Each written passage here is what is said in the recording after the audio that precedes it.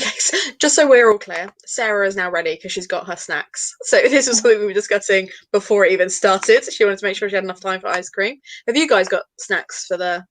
Because it's not really a party without snacks, so that's why I've got snacks. But I don't know about you guys. I haven't got any snacks, but What's that? Pockets. Oh, I can only see me. Oh, okay. Oh, there it is. Yeah. Mint thins, but they're balls, so it's like a ball of mint cream with dark chocolate. Ooh.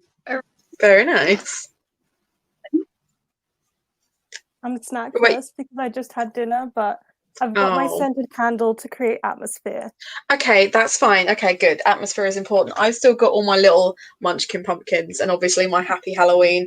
And I also found my mum had this plastic skull of a cat. Thought we'd get that involved. So we've got that going on as well. Oh, I should have brought my skeleton family. I've got like Yorick and then like Mum Yorick and baby Yorick skulls. I love that. Like little Yoricks.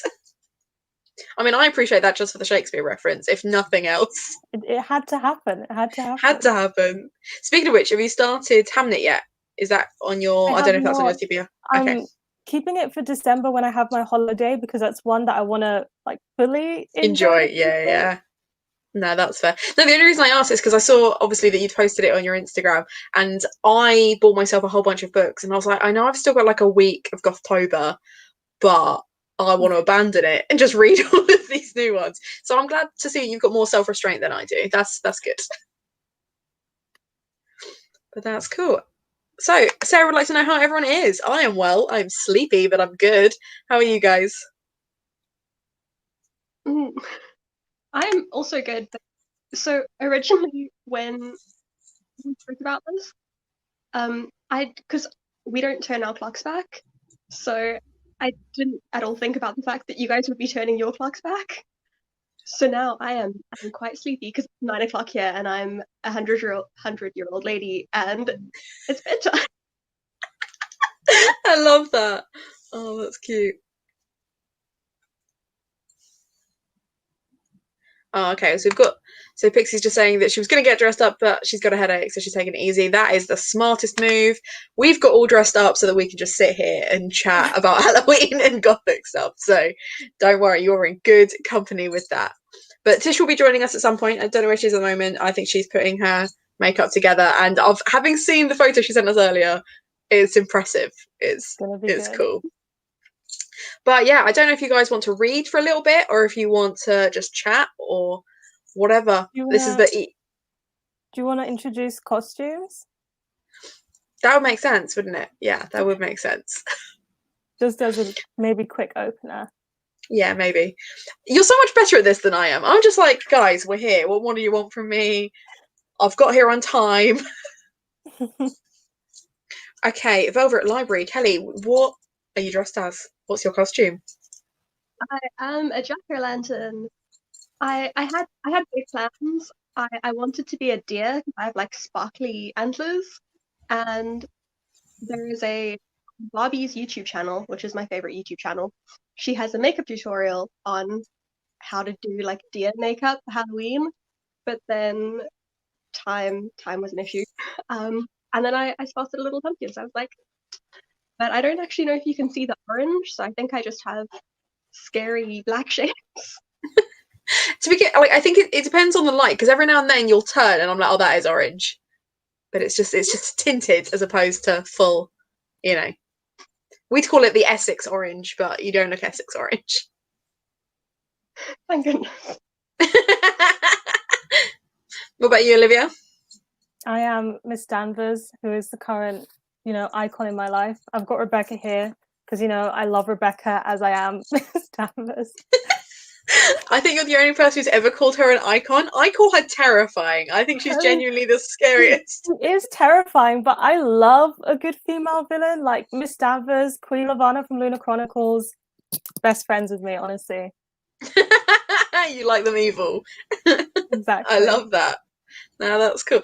I think that's what I found so terrifying about her is she's not she's vicious, but it's a manipulative, slow burn vicious. She's not, there's nothing that you could pinpoint specifically and be like, right, you can't do that, because it's all so subtle that she's she's the absolute queen of it. You're right, she's iconic. They're the best. No, she's clever. That was cool. I just came as a kind of warrior. I've got my brother's Jon Snow cape on. I nearly put on the full armor again, but last time I did a live in that armor, it was so uncomfortable because it's like the whole thing. And so I've just gone with like a cuff, and we've done warrior type makeup, and I've back combed my hair, but you can't tell because it's always a mess anyway. So looks great. Thanks. I was fishing for compliments, so. Say that again, sorry? Are you a Game of Thrones fan? I love Game of Thrones, yeah. So I watched the first season and then realised there were books, read all the books before the second season came out, and then I was that smug friend that was like, I know what's going to happen. And then after season 4, I was like, I have no idea what's going to happen. What are they doing? What have they done? I was that guy.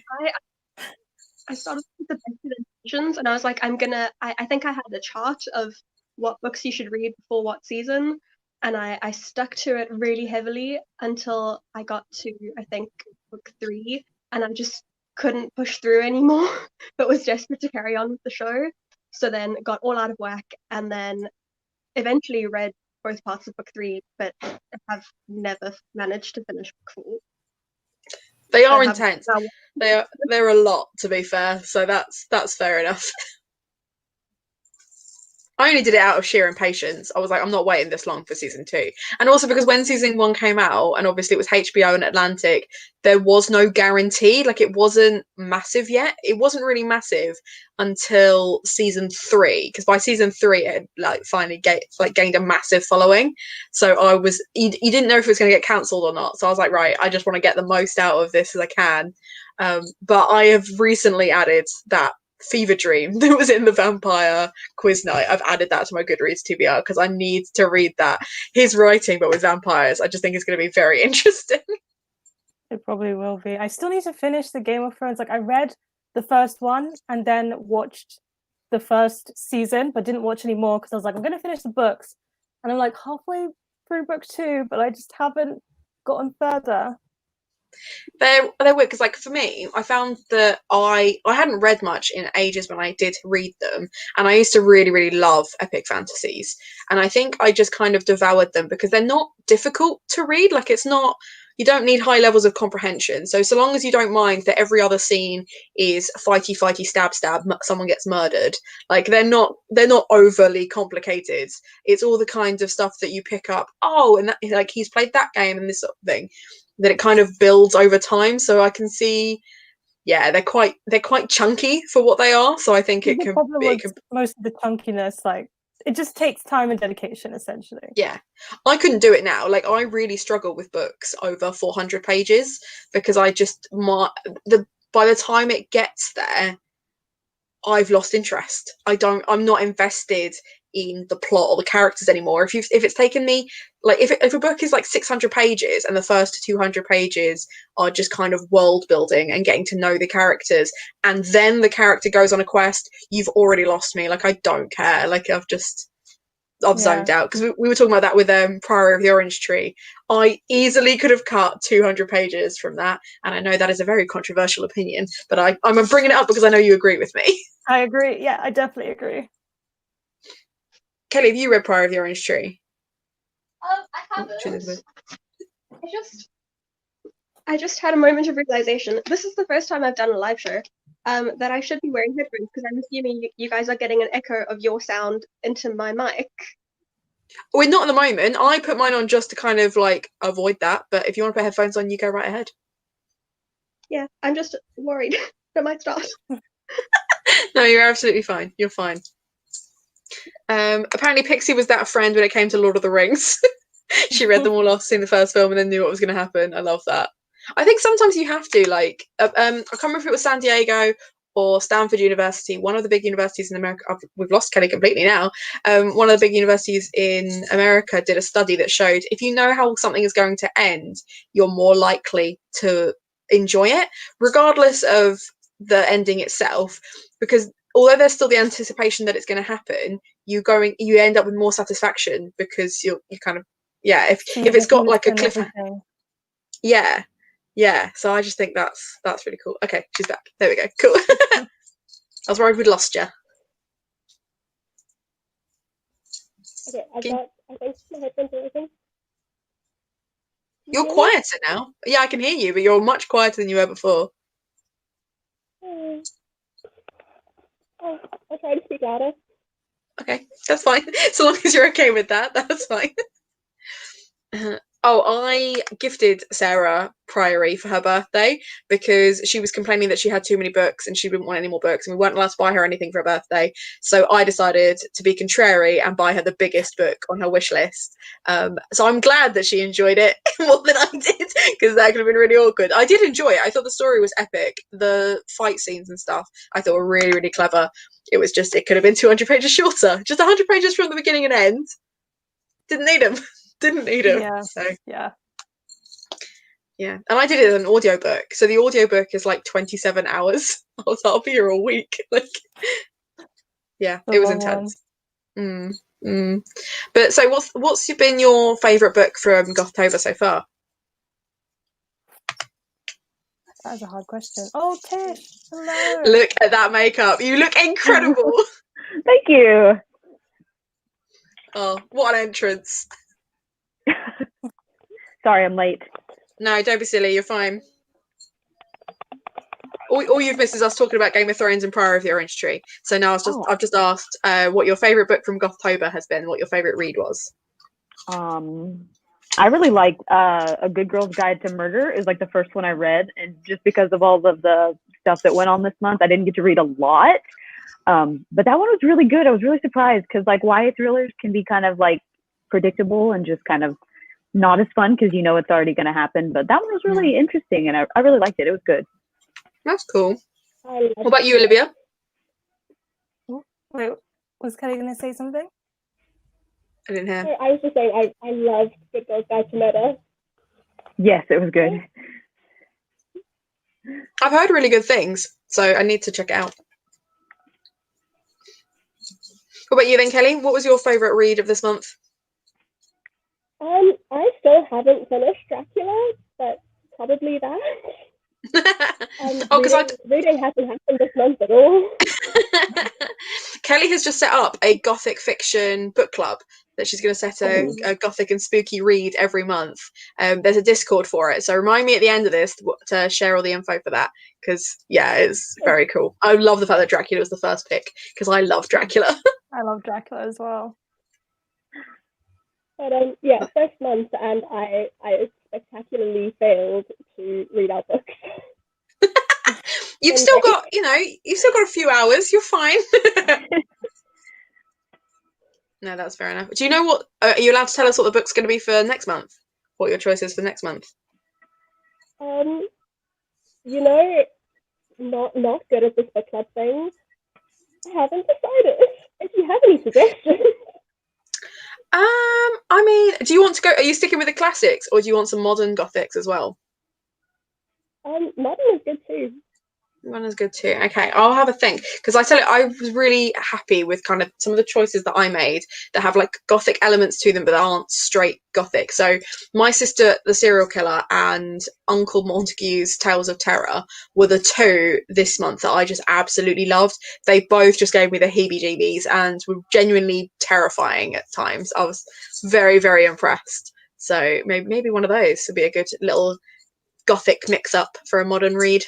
Or maybe you should just bring back the Good Girl's Guide to Murder, because apparently I need to read that. So sounds it was good. It was also like really short. Like when I started it, I wasn't expecting to like pretty much sit there for the entire day reading it, but I really couldn't put it down. I was like, oh, I like this. I like this a lot. That's cool. That's cool. What about you, Olivia?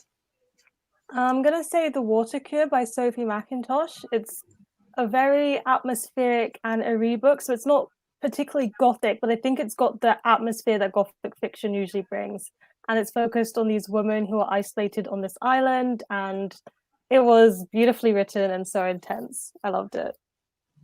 That's cool. I mean, that's high praise. That is high praise. And like, what I like is with all three of you, when I've asked you what your favourite books are, you've all grinned. Like, they're obviously books that you're like, yeah, big impact. So I'm happy for you guys. That's cool. That's cool. That's really all I wanted from this readathon, was that people would pick up books with kind of spooky themes and have a good time with it, to be honest. So I'm glad we achieved that. And what was your favorite? Would you say those two? Yeah, I think if I had to pick out of the two, probably My Sister the Serial Killer. I mean, my favourite read was The Queen of Nothing, but I knew it's not a Gothic one, it just has liars in it, so I was like, that counts. It's a female protagonist, and I've been desperate to get my hands on it for a while. But I think of the actual like spooky reads, yeah, definitely My Sister the Serial Killer. I just thought it was like, considering how short it is, it built tension so beautifully, and just the pacing was just absolutely spot on for me. And I had read before that Nesbo's Macbeth, which is a modern adaptation of Macbeth, set in Scotland around a police officer who gets involved with drug dealing, and it was sold to me that Nesbo is this really dark, gory writer, and it was just really boring. And it wasn't even that necessarily that because I know the storyline of Macbeth. It was just that he hadn't really done anything new with it. And the characters, like even Lady Macbeth, although she had a lot more agency than in the original play, like in the fact that she actually gets to do stuff rather than just kind of manipulate, like she's far more active. Even that, I just felt like they kind of just threw it away at the end. Like, I don't know, it just wasn't very good. So I was kind of worried that I was just not someone who could read thrillers and actually be like held in suspense in that way.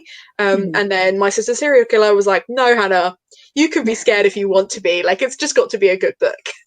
Yeah, I really liked My Sister the Serial Killer as well. I thought it was fantastically done. I really want to read that one. I would definitely recommend. Yeah, 10 out of 10 would recommend. But apparently, so Sarah read Northanger Abbey and really enjoyed that, which is fantastic. Pixie, if I had to choose between 5-star reads this month, Ballad of Black Tom. Oh, that's the is that the Cthulhu one? Just double checking. Get back to me on that. I think that might be the Cthulhu one, because I've heard really good things about that one as well, if it is the one that I'm thinking of. And then other than that, everyone's just complimenting your makeup, Tish. So excellent work. Thanks. I used to do this like all the time. Like every October, there's this thing that they do in like the makeup community where they do 100, or not 100 days, but they do 31 days of makeup. And I used to participate all the time. So I've gotten quite a bit of practice. But now it's more of like a hobby, and I don't do that as often, because it was really hard trying to come up with 31 different looks, and it's a lot of time. Yeah, I was gonna say that's intense. Yeah, I like doing it much better, just kind of every now and then now, instead of stressing myself out over it, trying to do it every day for October. Yeah, I mean, I find that with like, I mean, even simple things like when people vlog and they post like daily vlogs. That blows my mind, because I don't have interesting days every day. No. I have the occasional interesting day or a funny 5 minutes, as opposed to like vlog worthy every single day. That's a lot. That's intense. If I tried to do it every day, it would just probably look like the movie Groundhog Day, where I'm just doing the same thing over and over. And it's like, are you watching different days, or am I just watching the same video 7 times? Yeah. Like, I'm wearing the same t-shirt because it's still clean the day after, like things like that. I'm not going anywhere, so basically, yeah. No. Even the book hasn't changed, because I'm a slow reader, so I'm still going. That's cool. So Lucy's best was The Once and Future Witches, but all my books have been 4 or 5 stars this month. Well, then you are very lucky. I love a month when it's just full of 4 and 5 stars. That's epic. That's a solid month. Yeah, I don't think I've ever had a month where it's all 4 and 5 stars. There's always at least 1 or 2 3 stars.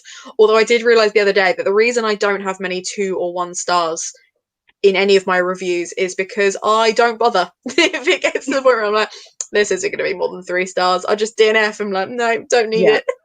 It's been a really long time, I think, since I've read a 2 or... Well, I say that, but I read Bitten earlier this year, and I gave it 2 stars.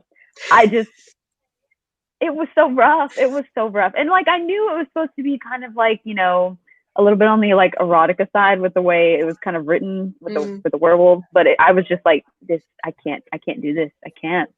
So it got a 2-star for me. I just was not feeling it at all. The moment you said, like, I remember you telling me, they're like, oh, I'm going to read Bitten this month. And I was just like, have you seen the TV show? Because I've seen the TV show, and I know that any book that TV show was based on is not going to be a good time. I was hoping it was going to be better because I went and watched the trailer for the TV show and was like, well, it doesn't look that bad. So I was hoping that it would be like the book is better than the show because you know it usually is. And then I was just like, nope, never mind. They're kind of the same. It's fine. It's fine. Mm. Yeah, there was a thing in the news recently where an author, she started off writing fan fiction and then it kind of developed into this, I think it's called like Alpha, Beta, Omega, and essentially it's a type of wolf erotica, and she's trying to claim that she's the only author that's ever done it a certain way, and every time someone else tries to publish a wolf story, she tries to get it banned basically because it's plagiarized. Weird. That's been on there as someone who was like 15 on like AO3 reading fan fiction. That was already on there. So Right. there's no way. There's no way she can claim that. Absolutely not. What worries me though is I'm trying to sell a werewolf story at the moment that is not like that at all. But my fear is that after like Bitten and all this other stuff going on, I'm like, oh, the moment I tell them it's a werewolf story, they're going to be like, oh, I see, werewolf porn. Yeah, it's not. Alphas, Omegas, we like it. It's just like, no, absolutely not.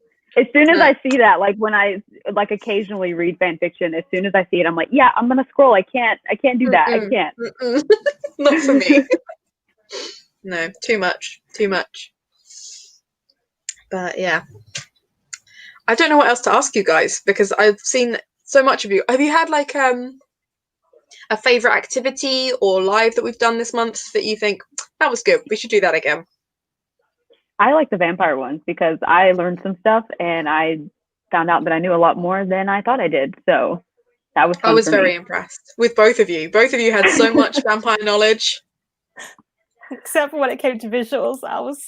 Yeah, no, fair enough. Like you don't recognize vampire trailers.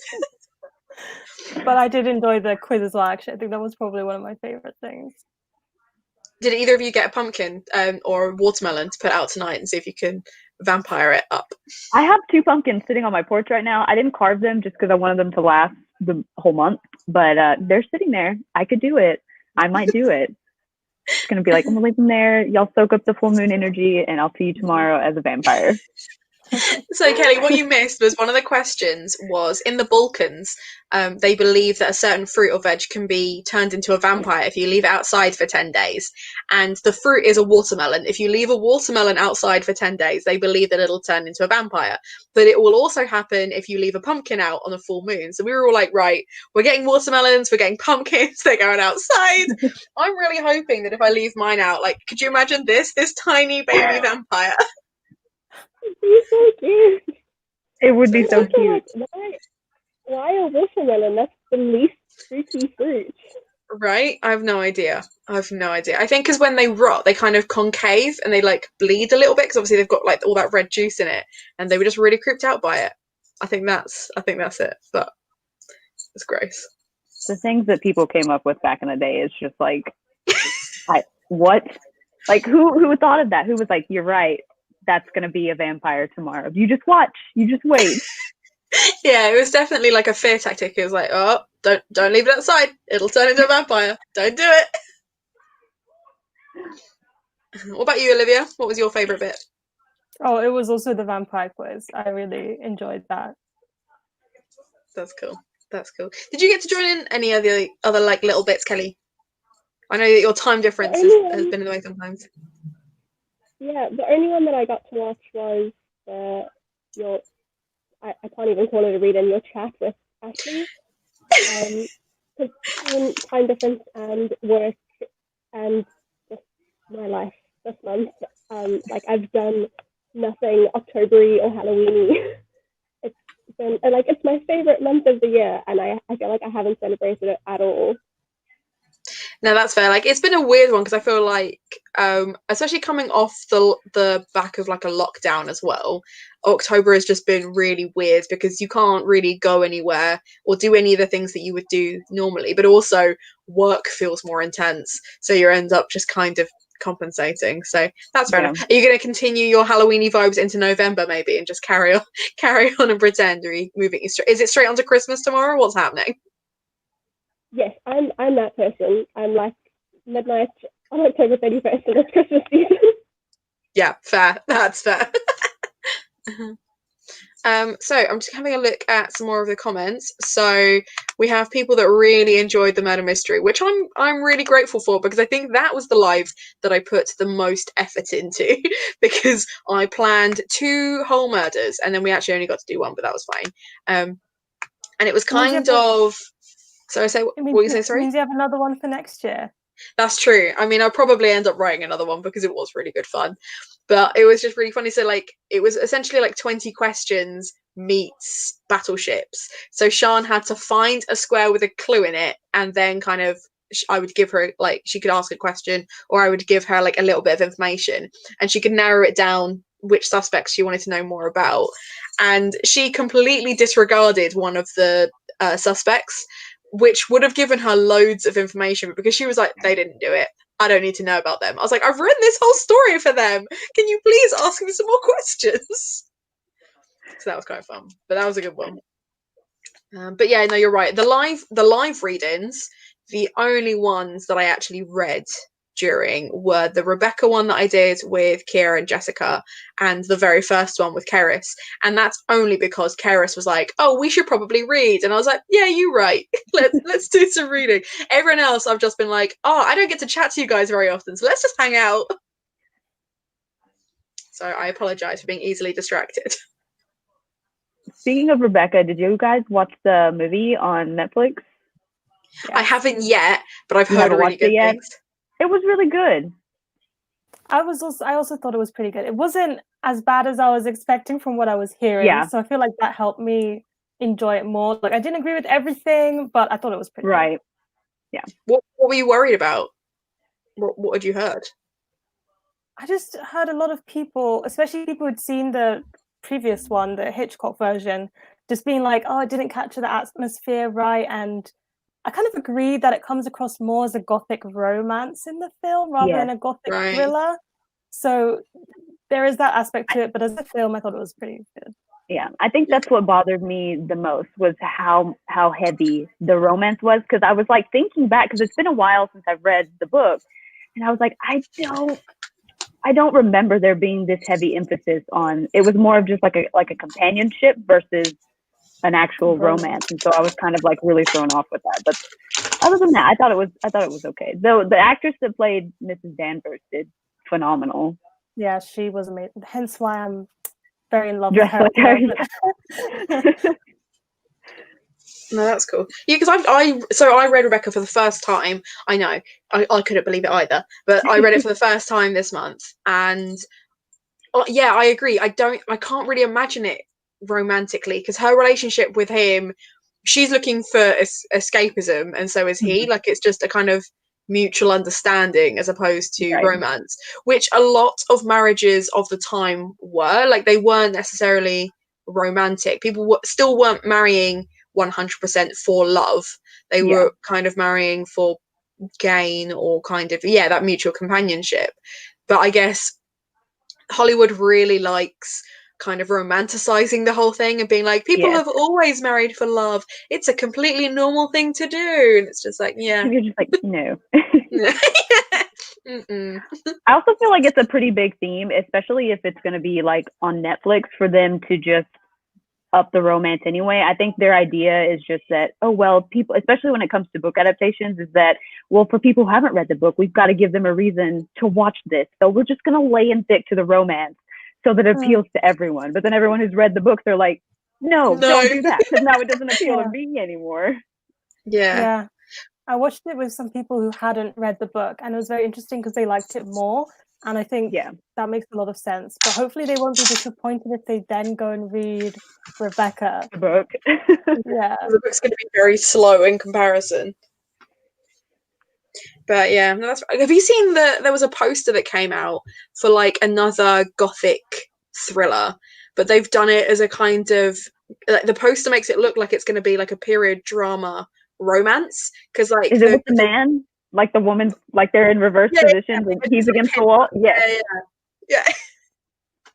I have no idea what that film's about. I just know that it has been. Either. It came upon the timeline, and I was like, "What is this? I have not heard of this. What is this? What is going on?"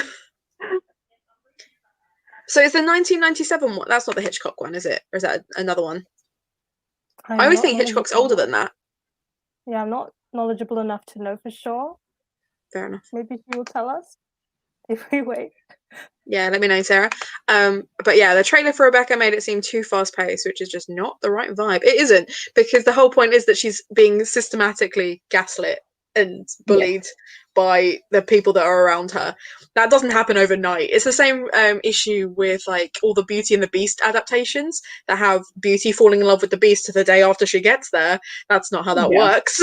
Like but I'm glad people enjoyed the murder mystery. Priscilla was there. Priscilla got it within like the first 5 minutes, but didn't realize she got it because I wasn't going to say anything. And I was like, we are not ending a live stream after 5 minutes. That is unacceptable. But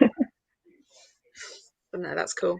But yeah, so I guess I have thought about, and I don't know if this is maybe me overthinking it a little bit. I don't know if it's worth me doing like a little feedback survey for afterwards of like things that you enjoyed or things that you would change, but I would be really interested to know kind of like your opinion in general, like whilst we're here and live, of what you think could be improved or what you thought we could change or whatever going forwards, because let's be honest, I definitely want to do this again next year. So yeah, what are you thinking? What are you thinking we could add to it or take away from it or whatever? Were we I'm saying we, even though I'm just asking you, are we going to be mixing up proms? As in like doing different ones next year? Yeah. Okay. The only three that I want to keep the same are the disability rep, LGBTQ, and author of color. Those are the only three I want to keep the same. The rest I want to keep. I want to do different ones every year, and I want to do like I want to have that bonus film/TV episode theme one as well. Ironically, it's the only one that I haven't ticked off this month is watching some Buffy. So I will be doing that afterwards because I've still got time. And I didn't read My Oldest Purchased because I just didn't prioritize it. I didn't want to read it, so I didn't. I was thinking actually it'd be great to do a watch along or like a live tweet thing. Because when I was watching Rebecca, I was like, oh my gosh, wouldn't it be cool like if we all were watching Rebecca? But that'd be cool. That'd be cool if we chose something. Have like a group movie that we do and just watch it.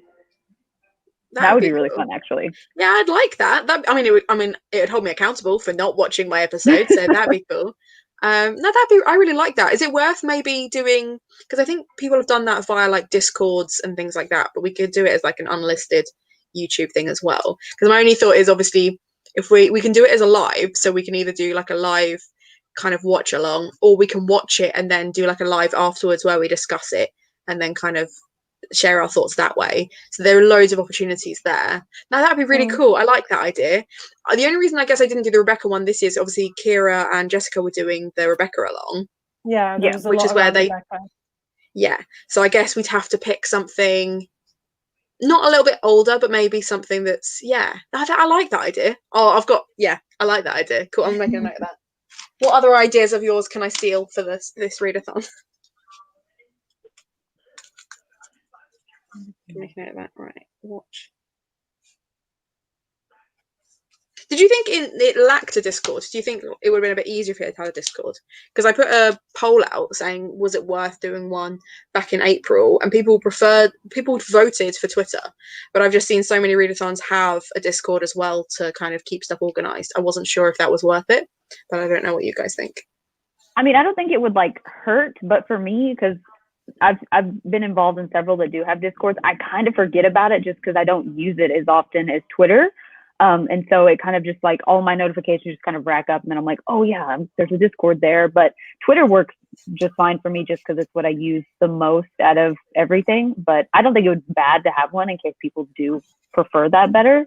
But I like Twitter. It's just easier for me. Yeah, that's fair.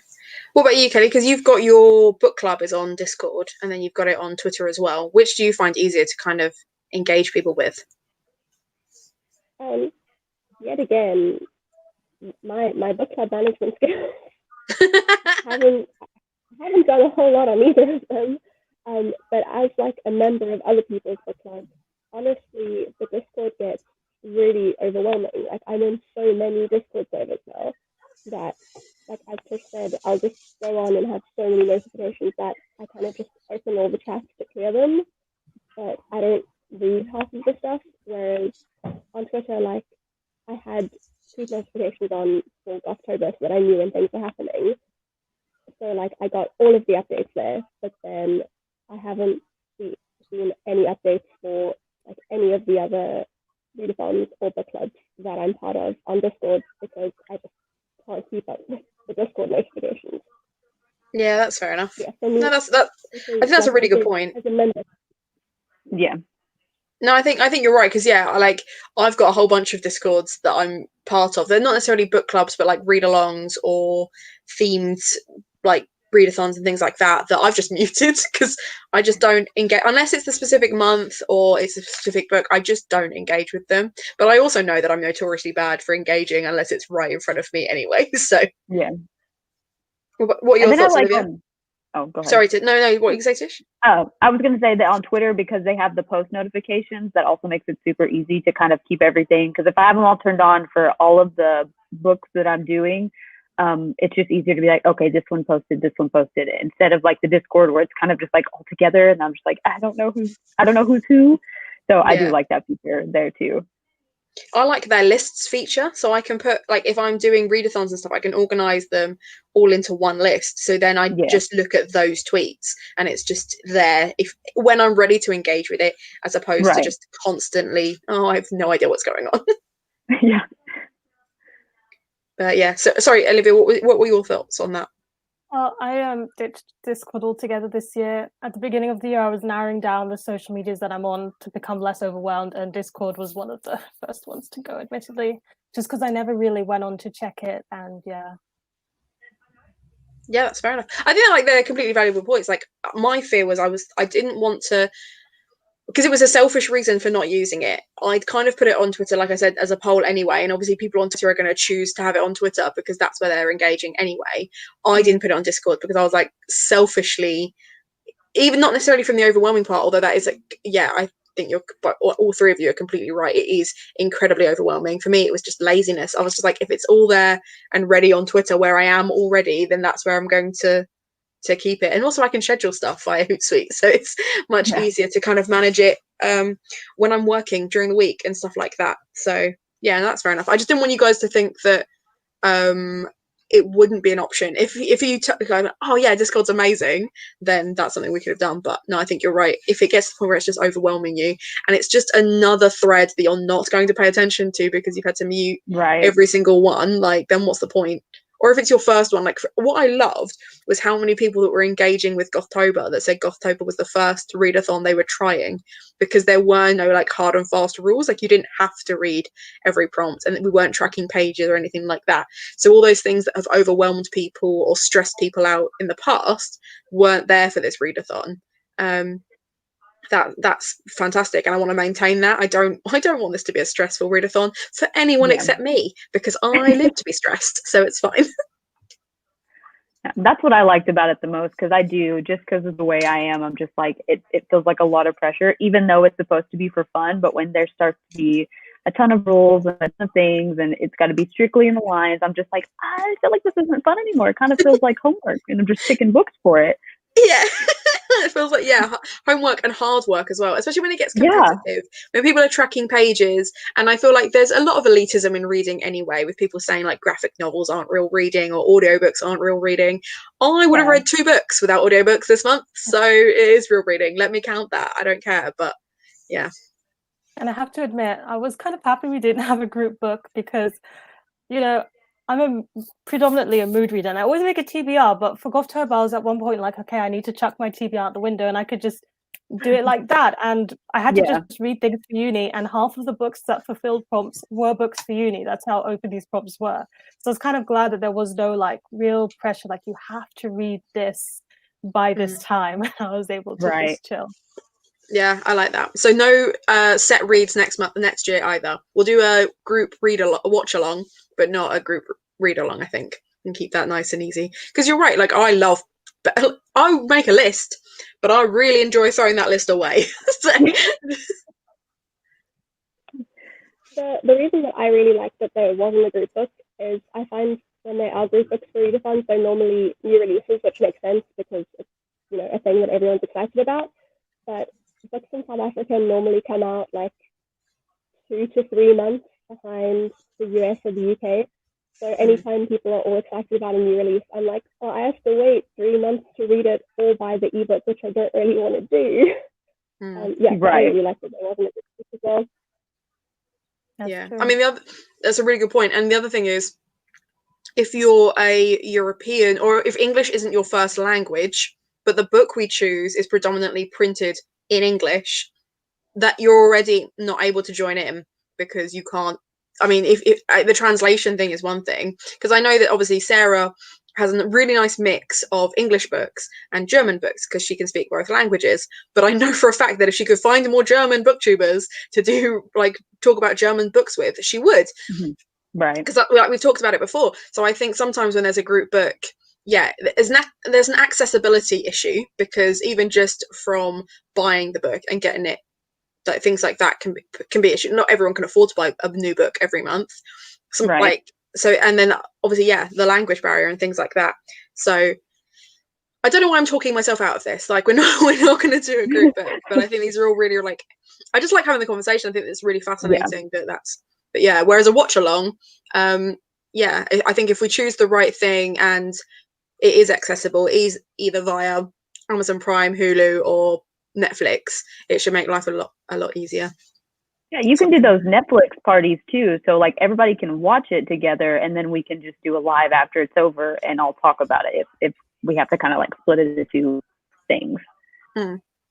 Yeah, definitely. So which of the prompts did you find the easiest to find a book for, and which ones did you find the most difficult?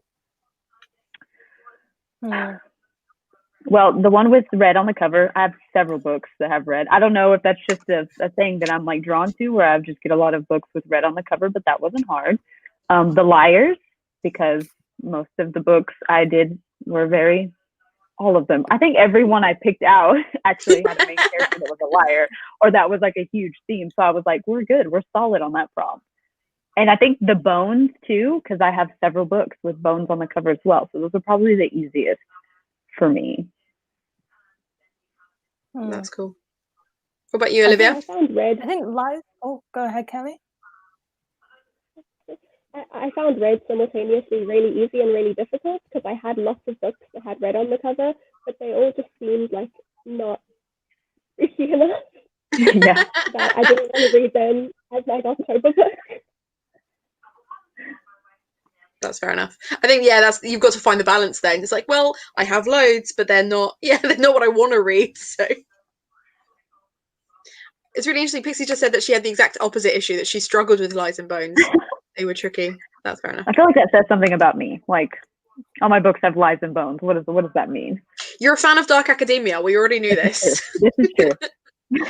Priscilla has hit the nail on the head for me, which is my oldest purchase was the easiest to find, but I did not start mine. So even the fact that you got started on it, Priscilla, is great.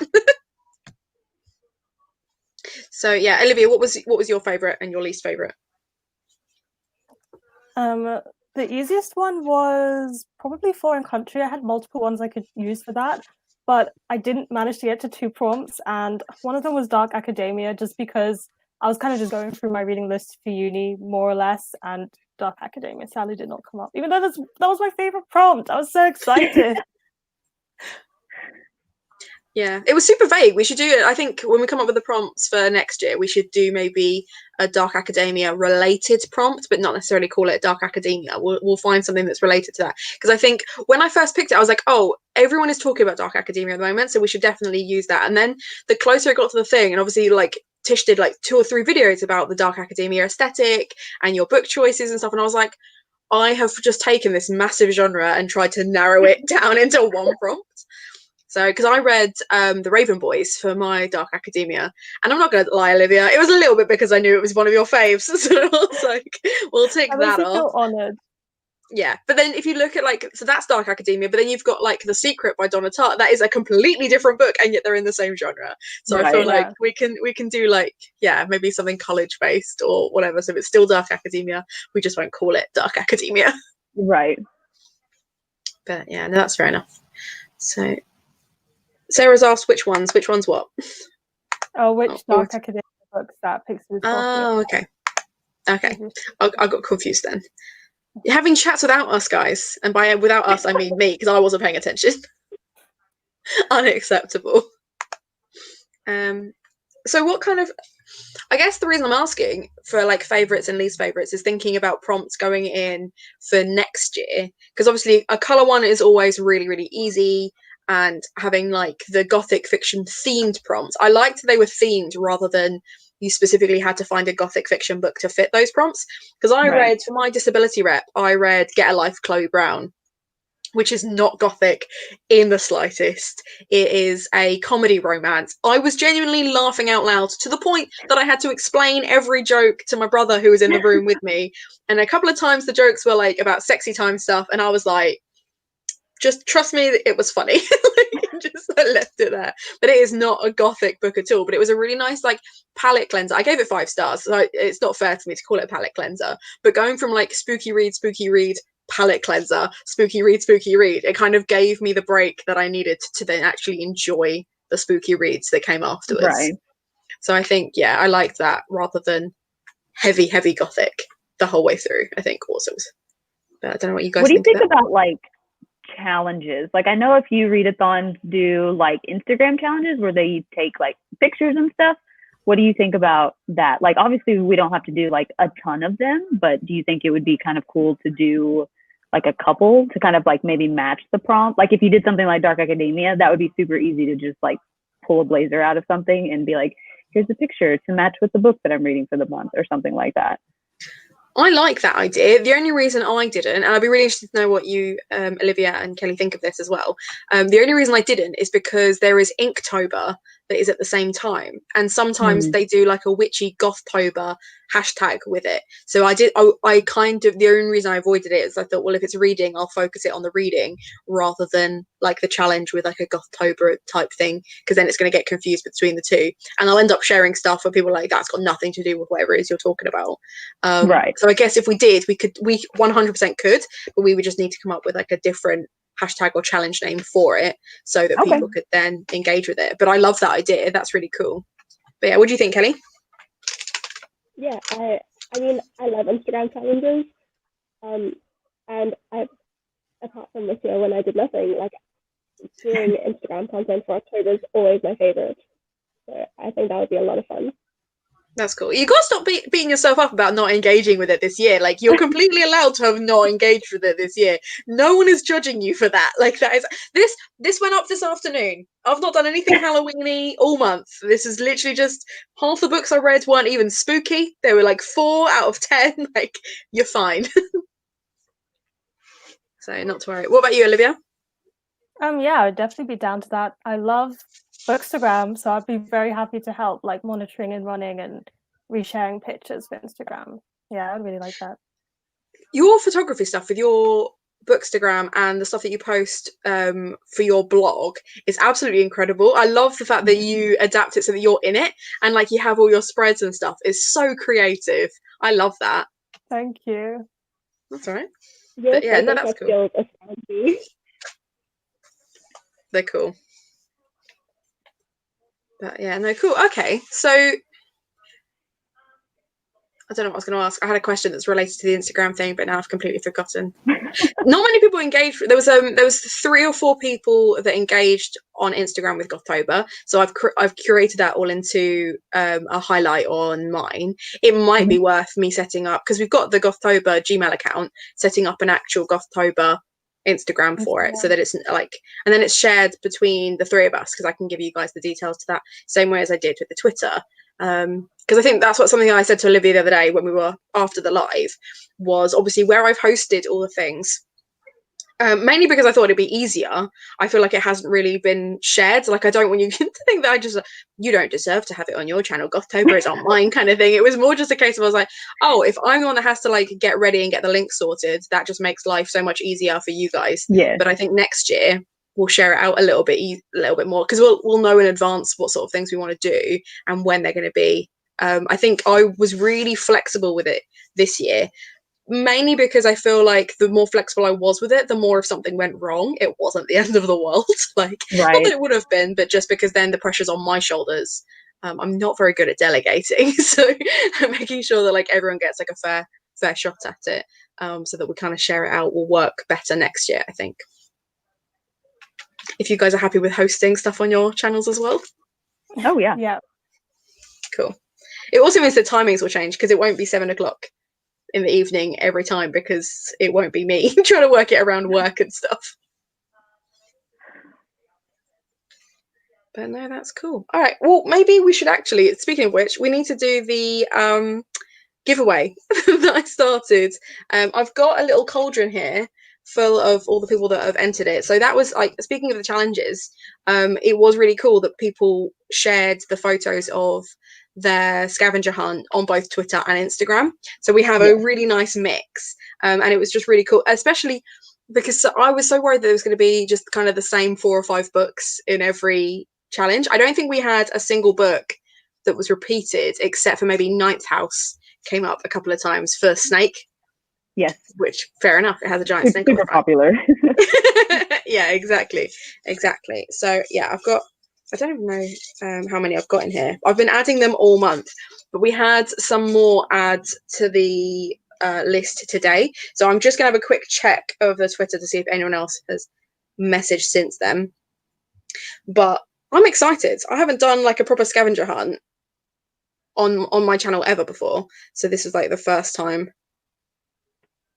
Nope, no, we're good. I can Okay, never cool. do a scavenger hunt because I'm one of those people who have their books, like that's not my shelf back there. In my room, my books are spine inwards, so you can't see where they're at. So I can't do any scavenger hunts.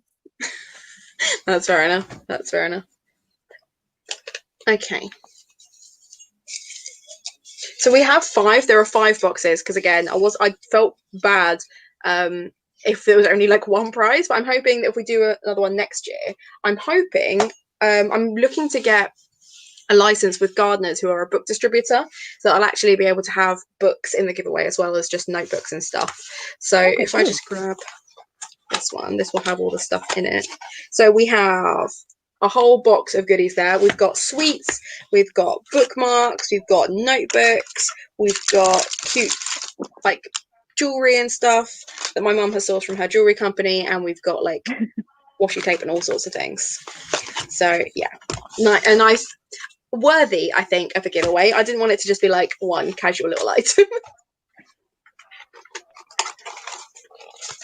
Okay, right.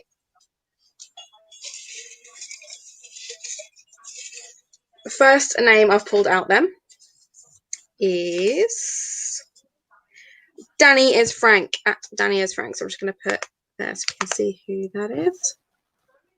Comes under like to Danny on Twitter, which is quite cool, like Danny Frankenstein. I thought it was quite funny. So that is our first winner. So I will message everyone afterwards via Twitter to make sure that you're happy for me to have your address, so that I can then post those out to you, because otherwise we're going to have to find someone else to send it to. But that's the first person. Next one is Priscilla. Priscilla got pulled up that time, which I feel like is nepotism because she's been at every live stream. She went to uni with me, so I'm fully prepared if Priscilla's not I mean, I've got her address already, so that makes that one easier, but we'll see how she feels about it. Third one is Lynn, so at Bookworm. I'll add you to the list. Number 4 is Frida at, I can't read that. I can't even read Nick's Bookworm, I think. Brookwyn. I can't read my own handwriting, but got Frida, so that's 4. And then the last one is Amber at Mrs. Art Creation. I can't read my handwriting on that one. So you guys, I will be messaging you today to make sure that you're okay with me having your address, and then I'll be posting you out your giveaway boxes. So congratulations. Yeah, he does victory dance. But yeah, no, that's cool. I liked organising the scavenger hunt because I tried to find prompts that were like the exact opposite of the ones that were in the reading prompts bit. So, but yeah. Did you guys want to play a game, or did you want to do a bit of reading? Doesn't matter to me. I'm good with both. Does Good chat with have a both. preference? Yeah, chat, let us know. Would you like us to finally do some reading in a live reading? Because the other, so the game that I've got is the Drunk, Stoned and Stupid game, which I've played on my channel a couple of times. And my idea was this, that people in the chat would contribute some fictional characters for us. And then the whole purpose of Drunk, Stoned and Stupid is you decide which person is most likely to do that thing. And I thought if they gave us some fictional characters, we can attribute some stupid behaviors to those characters. Equally, if you've got a few pages left of your books that you want to get finished before Gothtober is over, we can do that too. I don't mind either way. I've still got some reading to do. So I've got to tick off my undead character. I've got Anya's Ghost, which is my Gothic fiction graphic novel. I've got half of that to go. Yeah, I'm on page 90. So I've still got quite a bit of that to go. So I'm happy either way. And maybe a bit quiet. Like, I'm kind of at the point where it doesn't matter how much time I spend reading tonight, I'm still not going to finish my book. So. No, that's fair enough. Yes, because I've been trying to start the companion, so that's the book that I have right now that I'm going to read. What's the companion about?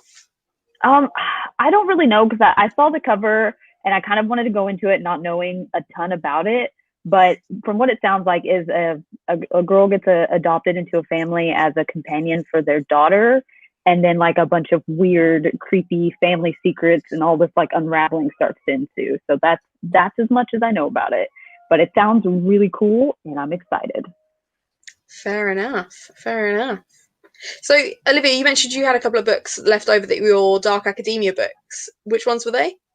I've got books left over, but I have to admit, I'm starting on my November TBR because I kind of need to read for uni. So I've got Girl, Woman, Other because that's what I need to read for uni this week, and I've heard good things about it anyway. So I loved it. Yeah, I think you'll enjoy that one. And then I also have the 5th season because my older sister started it, and she was like, "I know you have this. We should read at the same time." So I was like, "Okay, I should join you." Fair enough. I really want to read that one as well too. Yeah, I've heard really good things. Yeah, it's been popping up so much on my like recommended of people just talking about it, and I'm like, okay, I get it. I'll go get it. I promise. I'll go get the book. Is it a new release or is it just been recently rediscovered? I think it's just recently. Yeah. Yeah, that's fair enough. I wasn't sure, like, because when I had a look at N.K. Jemisin's current, like, her Goodreads, she's got loads of sci-fi and fantasy, and I was like, oh, is this like just a newer one, or is it just that people have just suddenly discovered her, which is really cool. The community is just really suddenly caught on. Like, I just finished this morning Riot Baby, and at the end of that, and Riot Baby I think is a fairly recent release. In the acknowledgements, he was like, "Thank you, N.K. Jemisin, for inspiring me to like write stories like this." And I was like, "Okay, she's been around for a while." For a while. No, that's cool. Yeah. I keep getting cramp in my legs. If I'm fidgeting a lot, I'm sorry. It's making my camera move, but I keep getting cramp. What about you, Kelly? What have you got that you're looking forward to reading? I wasn't expecting the eye roll. That was really funny. I think the author is. I was just looking as if I can see my book from here, but I really can't. I think the author's Laura Purcell, and she has a new book coming out about a lady that does like silhouettes, but then she's just done a silhouette of someone and he turns up dead, and then I think like a few more of her clients turn up dead, and obviously the police start looking into it, which actually would have been a great read for this month, but I've just been given that, and it's super good so far, so I'm looking forward to that in November. Nice. Is she the one that did the binding? Oh, that's Stacey. Is that Stacey Hall? I'm getting confused. I know she's a historical fiction writer, but there's a book called something about a corset, I think. It's the first book of hers that I've read, but she does. I think all of her books have been like Victorian Gothic type things. Interesting. That's cool. Okay, so people in the comments. Sorry, what did you say? Apparently, she's really big in the UK. but she hasn't really Yeah, this is taken the us thing. I there. recognize her name. I feel like I've seen her alongside like Stacey Hall and other like Victorian historical fiction authors. Generally, people, because I get a lot of my recommended through agents that I follow, who will then retweet like the books that they're currently working on and things like that. So I tend to find like new stuff through them, and I feel like Juliet Mushins has been sharing quite a lot about Laura Castell. I don't even know if that's her agent. I just know that she shares a lot. But she is the agent for Katie Lowe and Anna Ellery, and I love their stuff. So I trust in her taste. But yeah, comments, people, let us know. Would you rather read or would you rather watch us play a game for a bit? Totally up to you.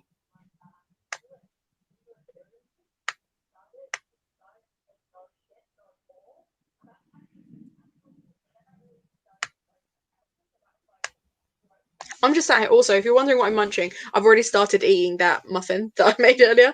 I was putting, I've got edible eyes, so I was also just munching those like Tic Tacs at one point as well. Just eating away. Don't mind me, just munching. I've got eyeball lollipops as well that I think I'm going to start on once I finish the muffin. So apologies if you don't want to sit here and watch me eat.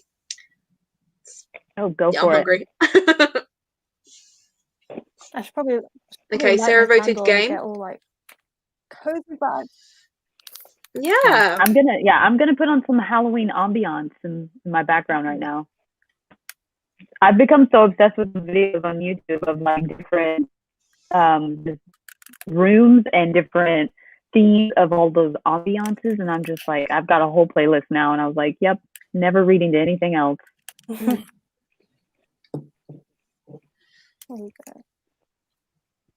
I'm really into witchy lo-fi at the moment, which is Yes. Where was I? Where has this been all my life? I feel like every time I put it on, it just completely like soothes me. They're 3 or 4 hours long, so I don't have to even set up a playlist.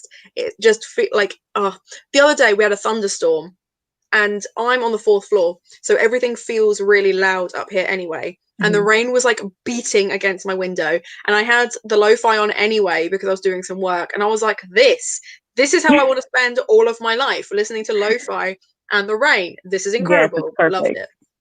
I found a huge playlist on Spotify, and I have it now. And now I just, every time I play it, I'll just hold on to my favorites and I make one for myself. And now I already have way too many playlists because I feel like that's like a pastime for me now. It's just to make anything that comes up. I'm like, you know what? I'll make a playlist for that. Now I've got like 75 plus. I love that. Have you got a playlist for your Nano book? I do. Is I it actually made it like a year ago because like when the idea first came to me, I started working on it like last year, and so I made it then, and it's a pretty big playlist. So I've just kind of been like revising it now. There's a couple of songs that I liked from this year that I've put in there. So yes, it's there, ready to go. I'm not ready, but the playlist is ready. No, you're gonna smash it. You're gonna absolutely smash it. Are you doing NaNoWriMo, Olivia? No, just because I would not be able to actually manage it. I will be joining lots of nano people with writing, seeing as I am writing a novel and a novel in verse, but I don't want to commit to a word count because I've also got to write this. So. Yeah, that's fair enough. That's fair enough. No, that's cool. Well, according to the public, they would like us to play a game because that means procrastinating books they don't want to read. So I'm here for it. Okay, enough. so yeah. So essentially, this game is really, really straightforward. There are 100 different cards in here, and they all have different scenarios on them, and they're all a little bit different. So, for example, this one is, will only speak to you via text. And we would have to decide which of us or which fictional character is most likely to fit that card. And then the first person to 5 is the loser, basically, because they're the ones that are drunk, stoned, or stupid. So they're all a little bit, some of them, they just get a bit strange. But I think rather than bullying each other and choosing who out of us would suit those cards, we need 4 fictional characters that we can defend or pit up against each other. And then I will keep track. I've got a bit of pen and paper here. So would you like to contribute a character each? Or do you think we should get people in the comments to add one? Actually, yeah, if we have one each, And then my choice I will pick from the chat. So, a fictional character that you are happy to defend. I will pick. Shoot. Is it a character that we all need to know as well? I guess so. It could help. Okay. I'm surprised you didn't immediately go for Miss Danvers, to be honest. Oh yeah, I feel like she's going to be so hard to defend. Yeah, but the thing is, it will be things like, so for example, this one that I've just pulled out is has a 3-hour conversation about space. I cannot imagine for a second Miss Danvers wasting 3 hours talking to someone she doesn't care about space. Oh, so you try to Absolutely not let them get the thing. Okay, I got it. Okay. Mm-hmm. Okay, yeah, then I'll definitely go with Miss Danvers. I feel like Miss I am Danvers, nice. channeling her to the max right now. I'm trying to think of something like a pretty obvious book that we've all read. Because I want to name someone from Ninth House, but I don't know that everyone's read that. Yeah, well, I have. What about you guys? Have you guys read Ninth House? Kelly and I Olivia? haven't. You haven't? No, No, that's fair enough. Has everyone read The Secret History? Because I kind of want to use Henry. Henry, Yes. I haven't, but if the others have, then I can go with that. That's fine. I have read The Secret History.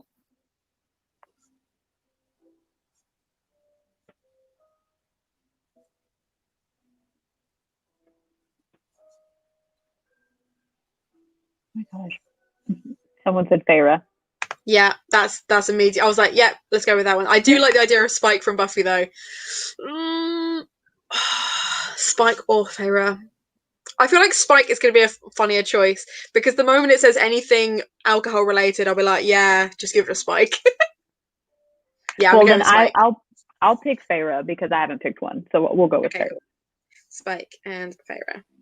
So yeah, it's the first one to 5. So you don't want your character to be 5. So really, you've just got to justify it. Oh gosh, just I feel like I picked the worst one. Yeah, like unless she's, I mean, you should be all right. Okay. Gosh. Okay, so the first card is gets totally lost but has a great time. I feel like Feyre wouldn't get lost. No. Or if she did, she would not have a good time. She's not smiling about that. No, she'd be super irritated. Because chances are it would be if someone else got her lost. Yeah, it definitely would be someone else's fault.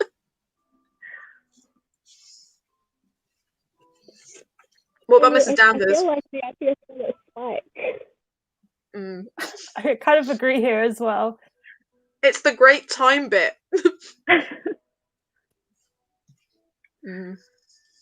I feel like Henry from The Secret History would be like fake lost. He'd be like, oh, I'm so lost, but really he's not lost. He just wants the drama of being lost. And you wouldn't be able to tell if he was... Yeah, and he wouldn't be, like, you wouldn't be able to tell if he was upset or not, because he'd just be, like, stoic the whole time. And he'd just be like, I don't know, are we lost? Maybe. Or maybe we're exactly where we need to be. Exactly. That is something he would exactly say. Whereas Spike is the exact opposite. He could be exactly where he needs to be, but he thinks he's lost, but he's still having a good time.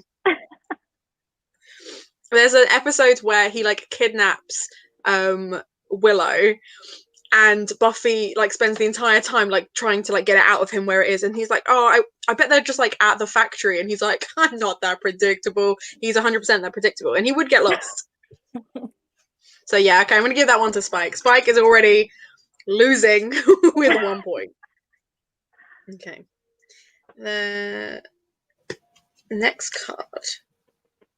Okay, so we'll find a reason to take their shirt off.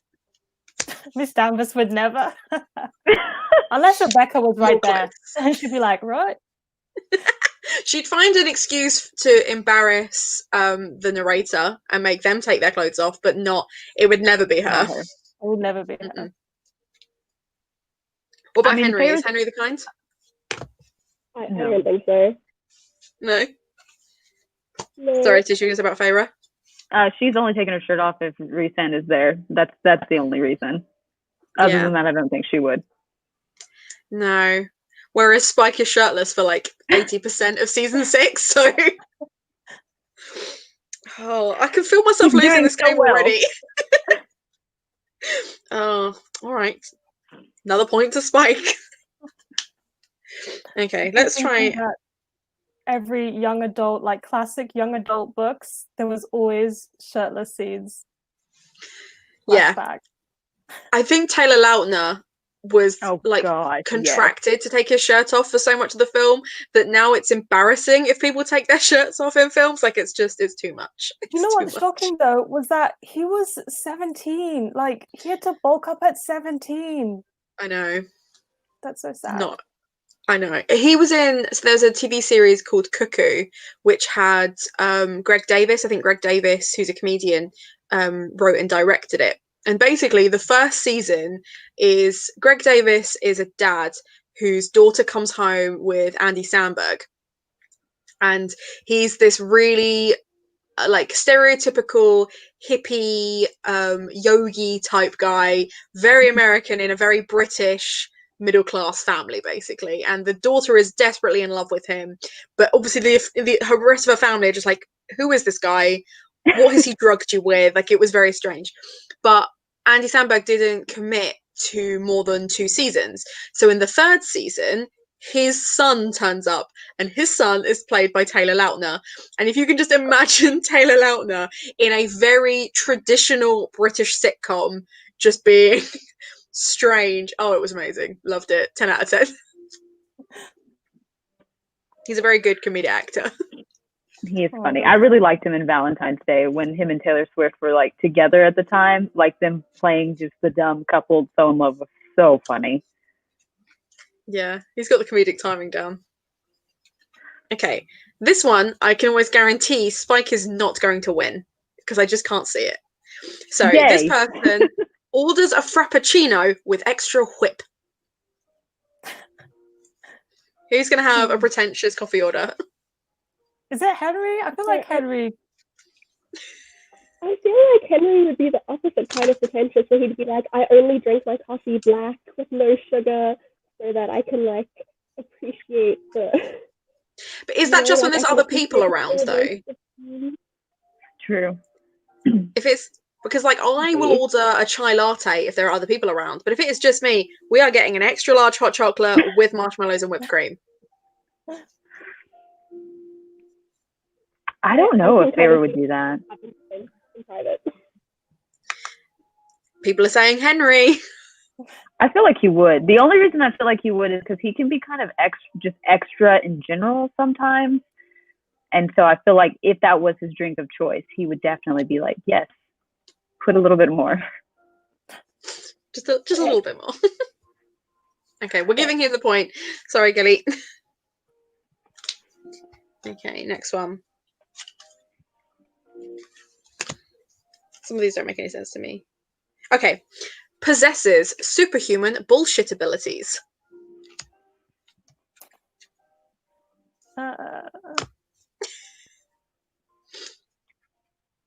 Well, I guess what we need to ask ourselves is who is the one spending most of their time lying and manipulating those around them, and therefore, you know, creating a little narrative of their own. Myself, okay? I was like, who can I cast the shade on that's not me? I was like, no, you were too quiet for too long. I'm just going to throw it at you. Who else? I mean, I feel like Feyre could do it potentially as well. She can. Yes, I was going to say that because of Tamlin. Yeah. So I was going to throw my character straight under the bus and be like, yeah, she did that. She was pretty bad there for that one book. Yeah, that's fair. What are your thoughts, Kelly? I was just going to be quiet because I feel like this could apply to Henry as well, and I was perfectly happy that the two of you were. I love that. I love that all 3 of you are like, well, don't put it on me, but definitely it's my character. Except for me, who obviously it was Spike. Obviously he is so, like, the bullshit capabilities are ridiculous. Although, having said that, he does get called on it quite a lot. So I guess his is lower than you guys, because rarely do your characters get called on it. So, I mean, we've got one for Henry, we've got one for Spike. I think Henry was for the previous question. Or was it? Oh, okay, I thought it was for this one. But yeah. I feel like it really depends what they are trying to cover up. Mm. Or which character it would be.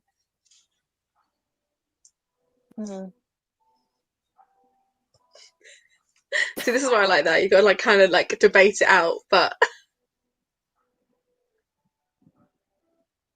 Okay, but really, you want to think who's the least likely out of your three characters. Who's least likely to? I guess Miss Danvers, although she is gonna like lie, and she will. She lies using the truth, so she wouldn't be entirely making it all up. She'd be like pulling the strings a little bit, but kind of hitting the truth. Yeah. So that narrows it down to Henry and Feyre. So, what are your thoughts there?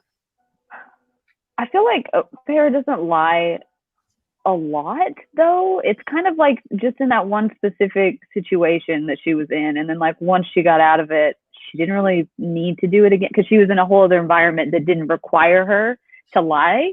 So I feel like she's okay now. So now I'm feeling like maybe Henry. Yeah, I think we'll circle back around to Henry.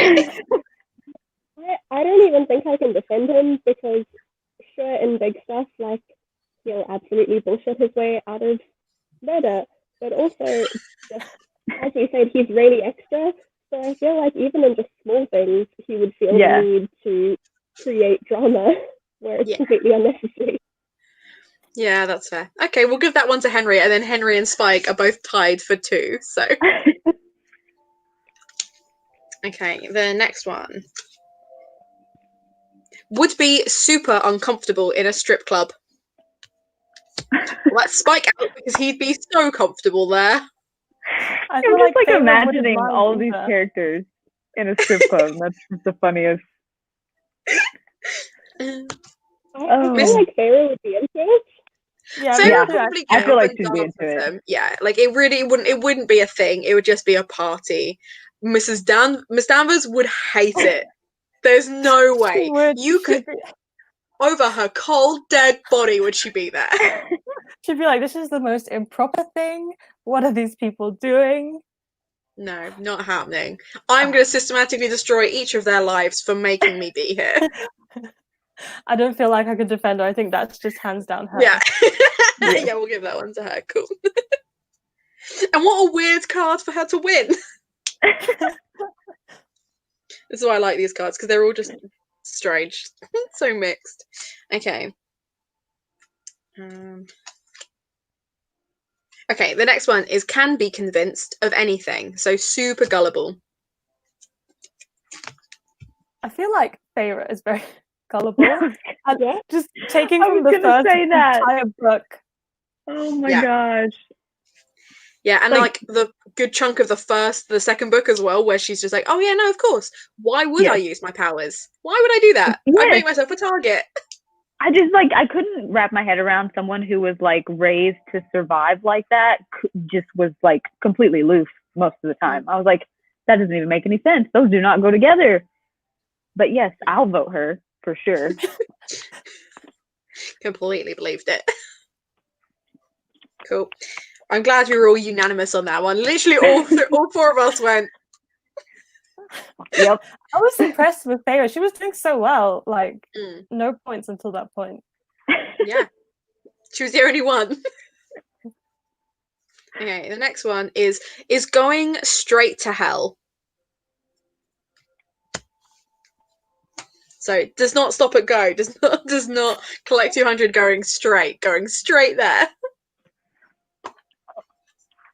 I'm just going to put it out there that we're assuming Spike doesn't have a soul, so... yeah. But, okay, yeah, are we talking soul to Spike? Because he gets a soul in Season 7. In which case, you know, I mean, he's probably still going to go to hell for all of the stuff he does in Season 7, but that's not the point. Maybe Henry? I was trying to the tension away from myself. I can't defend that. He's not a good person. She does some pretty bad stuff. Mm. And I feel like also... And gives zero shit. Sorry? And he gives zero shits about it. He's just like, I'm a straight up terrible human being, and that's fine because I'm better than everyone else. Yeah, arguably going straight to hell. And he doesn't get enough karma within the book. Like, I feel like the karma is going to extend to his afterlife. Yes. Mm. Okay, sure. I'm giving it to Henry because I don't want to give it to Spike. So cool. Okay, next one.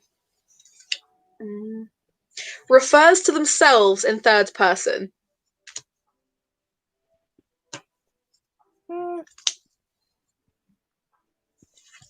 I feel like, okay, it's not Henry, but I feel like a Dark Academia thing would be to do that just because prestigious school. But I don't even know, like, because it's not grammatically correct. It's just pretentious.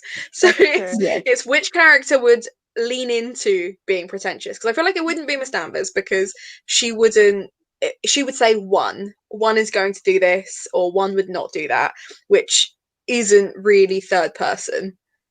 But I can't imagine Spike's never going to speak that way at all. So is it? Maybe I mean, I could see if she was like distinguishing between her past self and her current self. Yeah, she probably just talking would to do herself. that. I could so see her being like, "All right, Feyre, let's Feyre, we need to deal with this." I could completely see her doing that. Feyre, you're going to walk up to him, aren't you? You're going to walk up to him and you're going to tell him, "No, bad tablet." Probably, honestly, because most of her inner monologue sounds like that anyway. She just doesn't say her name. It's exactly like that. Yeah. So yeah, cool. I'm gonna vote for her too. Cool. That's another one for Feyre. Now Mrs. Danvers is the only one with 1 point. Okay, the next one is makes a Facebook status someone what okay, so in the attempting to search for someone's name on Facebook, they end up making it a status. So they don't do it on purpose. I feel like Spike, I don't know what he's like with technology, but I feel like he would be above having Facebook in the first place. What's the point of having cronies go out and look for stuff for you if you go just look it up on Facebook? Why do I feel like it's Mrs. Danvers just because she's old and probably doesn't know how the internet works, and so she would most likely do that and be like, I feel like it's true. Yeah. It would be like, I need to find material to manipulate this person with, and then just do it wrong because it's technology.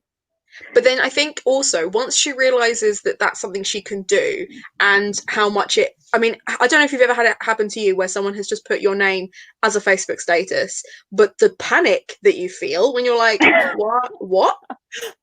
I feel like that's powerful. That's a power move. Like, if you've done it on purpose. She just put like the narrator, and then the narrator would be like, "Oh no, what did I do?" Yeah, like not good. Yeah, we'll give that one to Danvers. Because she'd either do it by accident because she's old, or she'd do it on purpose as a power move, and either way I'm here for it. Okay, the next one is has to check in with their parents first.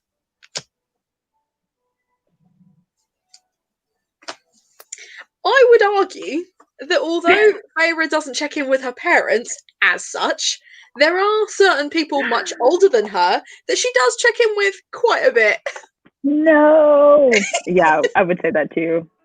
She's always checking in with people.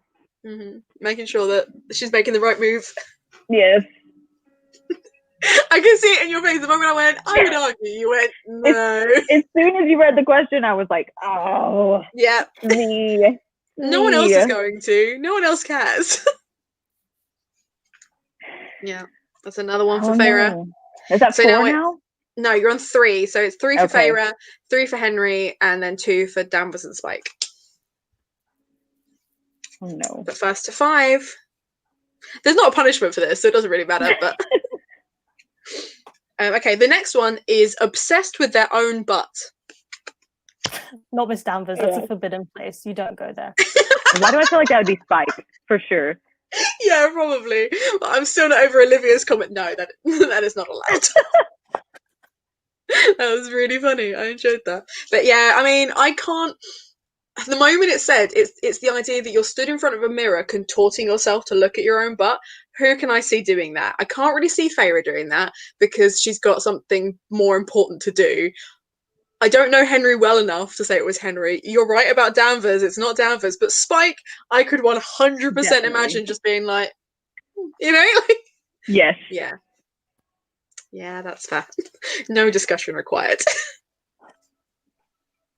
I like, yeah, I mean, even, yeah. Absolutely, Spike. Absolutely.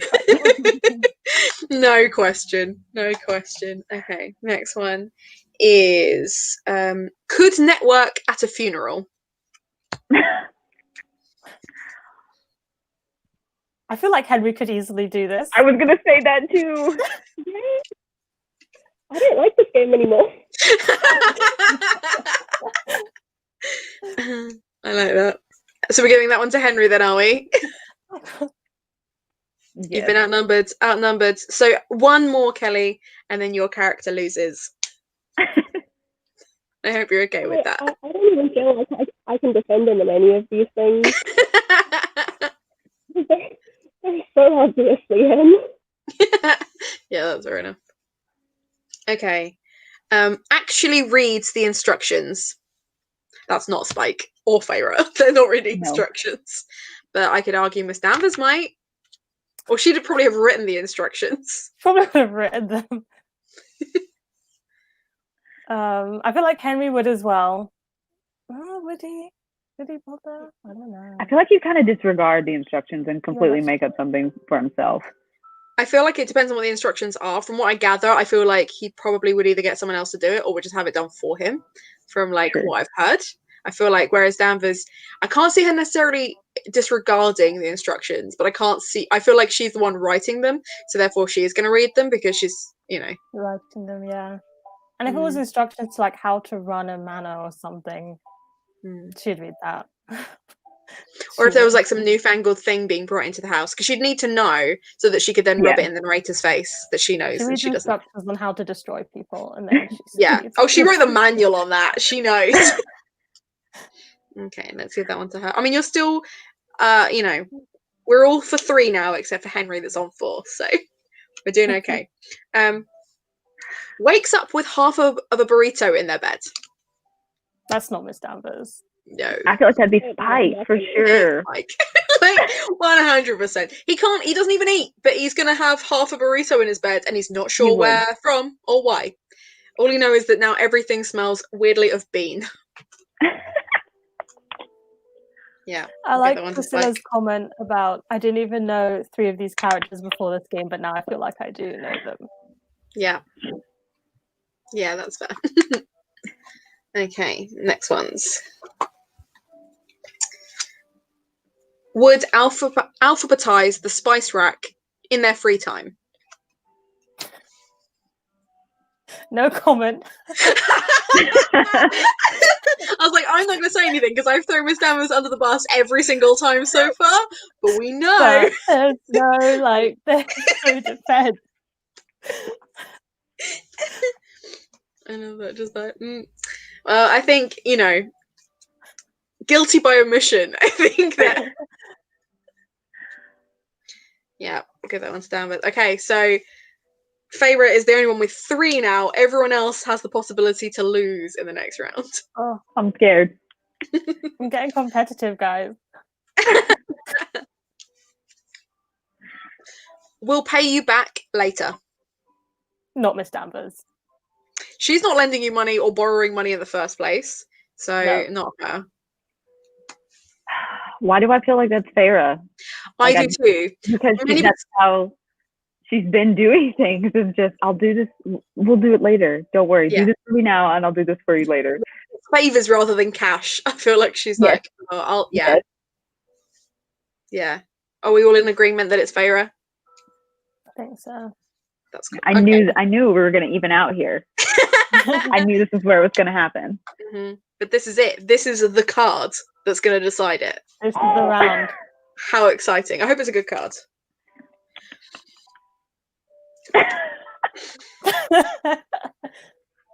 Sleeps with your mum and or your dad.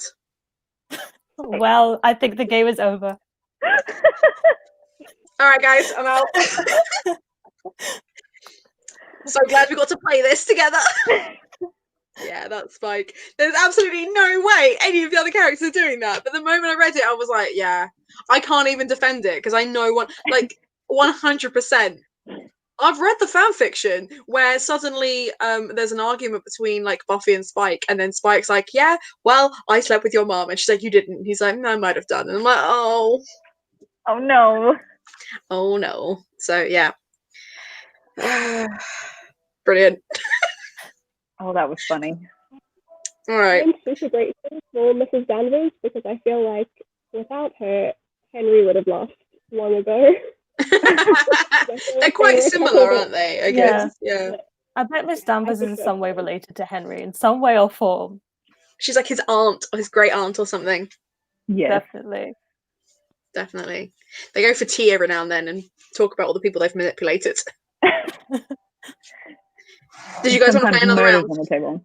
Yeah, murder. Yeah, another round? Yeah. Cool, okay. Have a think about which characters you would like to contribute. I'm tempted to go for another Buffy character just because, but I probably won't go for one that I know is so goddamn reckless. I'm going to pick Dean this time since we can do TV shows. Solid choice. So, yes. Okay. I'm thinking of Bella Swan just because vampires. Good choice. Good choice.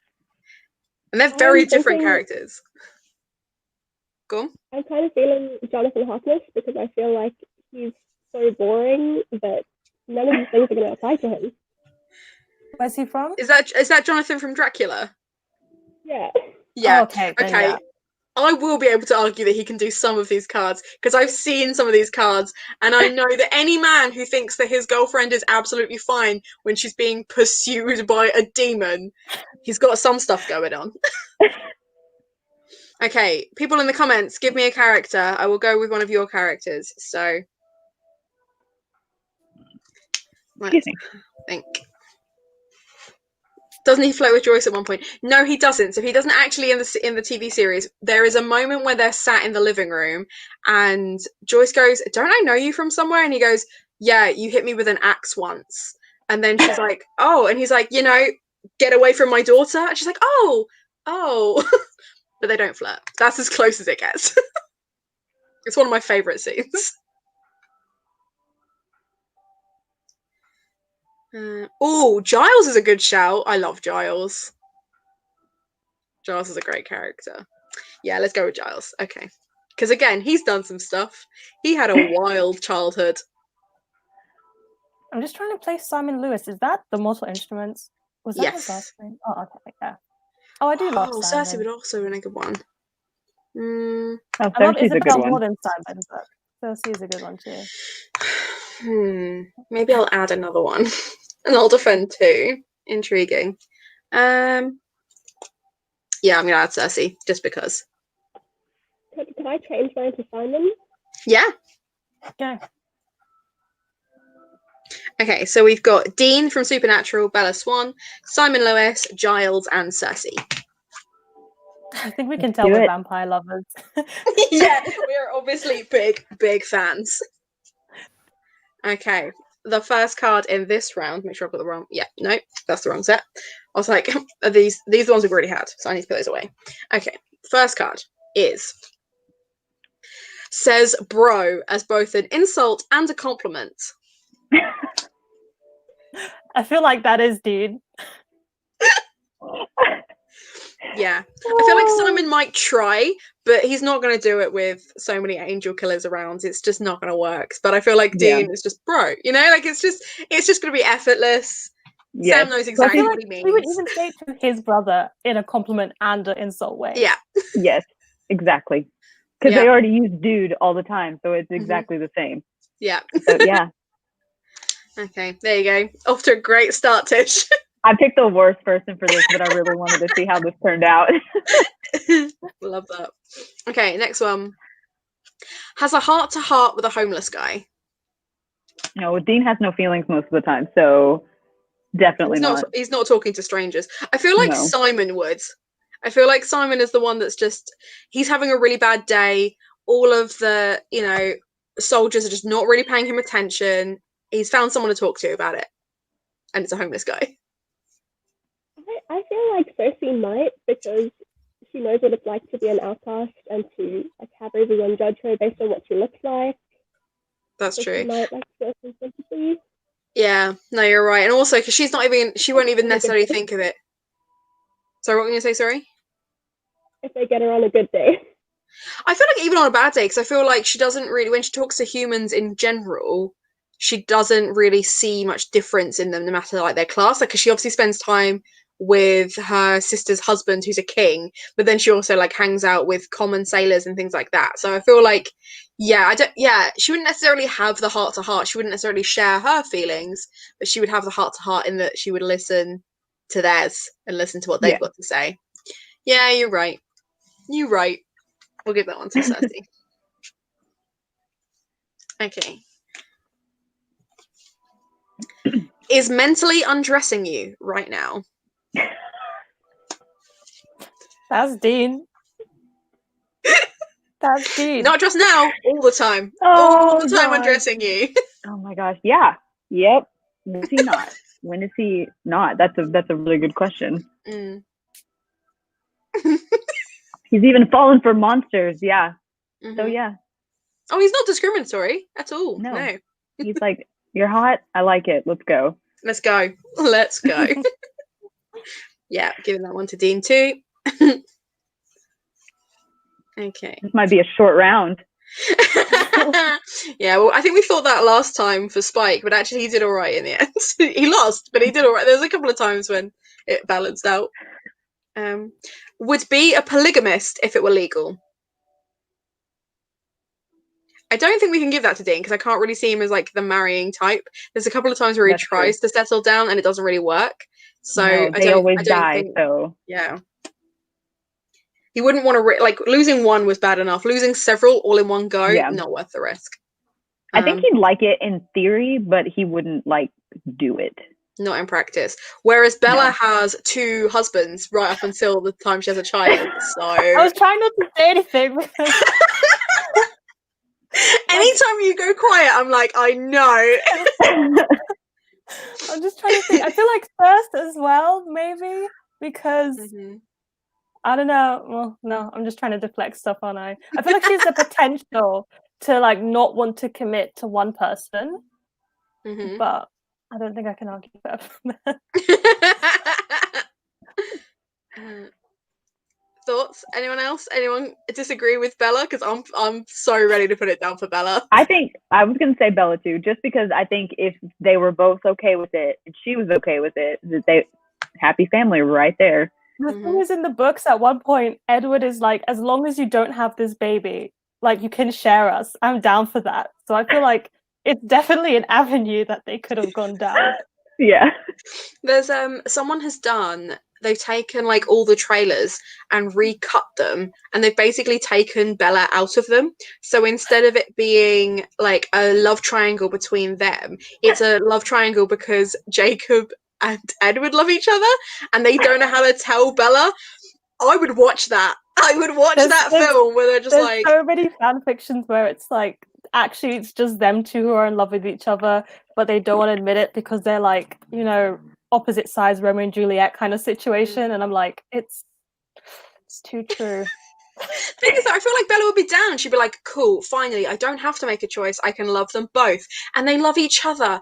This is beautiful. And I know that everything's going to be protected and safe and it's going to be fantastic.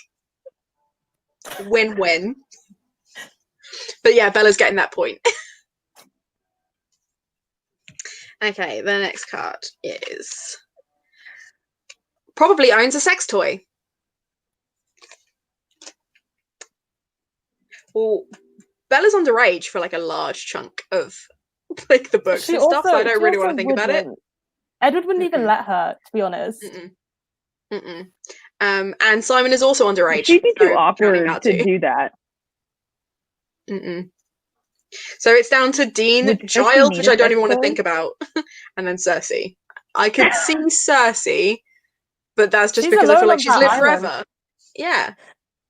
She's got to care for herself. The only reason I wouldn't say it was Dean. Oh, go ahead. I'm sorry. Who was speaking? I can't work out who was speaking. I heard two voices at once. Oh, Go for it, Tish. Olivia was going, but it was cutting in and out, so I didn't hear her the first time. Oh, sorry. Okay. Oh. What did you say, Olivia? Oh, I was saying that Cersei's alone on the island and she needs to Okay. take care of herself. Yep. Therefore, And then Tish was making an argument against Dean because... Well, he's just too full of himself. Like, I think he goes into things believing that you don't need anything other than Dean. And I mean, like, I don't think he'd be opposed to it if she had one or if whoever he was with had one, but he wouldn't have one. That's true. That's true. Pixie has just made a really gross but very good point, which is harrowing. I really didn't want it to be Giles because he's like the dad, and no one wants to think about that. And a dad, that's not okay. But yeah, I feel like it's between Giles and Cersei. Thoughts, Kelly?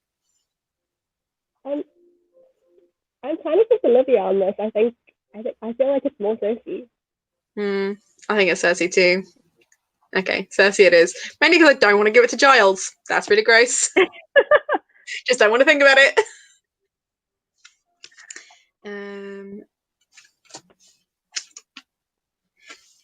Isn't sure if it's a good idea. So who's the one that's constantly worrying? I can't even throw Kelly Simon under the bus because she's disappeared, but I definitely would have. yeah, I was thinking about Simon. He would be like, I'm not sure if this is a good idea. And then he would do it, and then he would need rescuing. So I've just seen Priscilla's comment. I don't think you'd be opposed to how Castiel. You mean Castiel.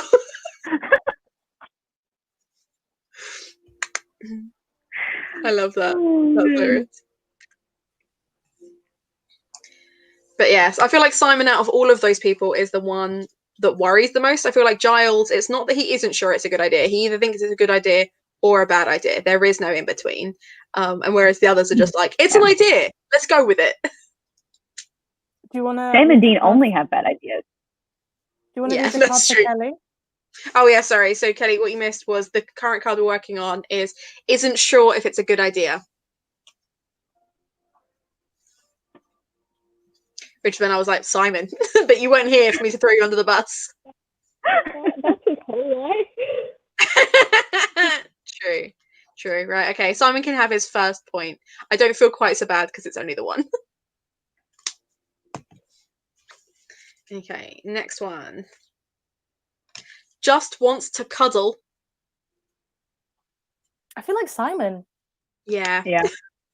Yeah. I feel like Dean is not just cuddling. Bella is not just cuddling. I feel like 80% of the last book is just her thinking about Edward. And it's just, all right, chill out. Like, relax. Yeah. It'll happen when you're ready. Yeah, but I feel like Simon is just there for the hugs. Yeah, cool. Okay. What you're doing? Okay. Loses keys whilst driving. It can't be Dean. He's too attached to his car. Yeah, he would never, ever. That's his wife. Would never. Cersei might, she doesn't know how cars work. Sorry, Kelly, what did you say? I feel like it's Bella. Yeah. She's really like clumsy and distracted, and also has no interest in cards. That's true. Also, she'd be too focused on Edward to even realize that they were gone or missing if he was around. These are some valid points. But also, I feel like she doesn't lose that much. Yeah, she doesn't lose things. She just breaks them and like falls over a lot. Yeah. And she does love her truck as well. True. Yeah, that's fair. I can't see Giles losing them. The only time that he ever really loses his keys whilst he's driving is when he thinks he's hit someone with his car. And then it turns out that they're actually a living dead zombie, so it doesn't really count. But he does drop his keys and then get back into his car and gets upset about it. So I guess if we're going based on evidence, Giles will probably get it. But I don't know if that's like because there was a lot of pressure in that situation, as opposed to just because he would regularly lose his keys. But that would be his first point, though. Yeah, Sorry, that's Priscilla's true. comment. That's true. Okay, Giles can have it because it's his first point. It's I alright. love- Dean wouldn't have got it anyway. I love Priscilla's comment, like, she just lost Edward in the second book. Like she casually misplaced him. But we agree. Dean would never. Priscilla, you are brutal, and I love it. Okay. Laughs at jokes they don't get. Is this Simon? I think so. Accepted. He just wants to be accepted. I feel like Dean would also do it if, like, for example, Sam and Cass made a joke and he didn't get it. He would laugh anyway because he wouldn't want to be left out. But also, in so many times, he just like looks at them like, "What are you two on? Like, why would y'all even say that?"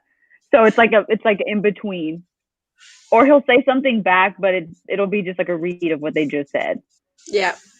Or completely irrelevant, like he's just completely missed it. Yes. He just pretends like he knew the whole time. Yeah. Like he was being ironic. It's fine. Yeah. Whereas, I think, Simon, he just wants to fit in. You're right. Okay. Simon can have that one too. Okay. Is a total flirt. Who could that be? I have no idea.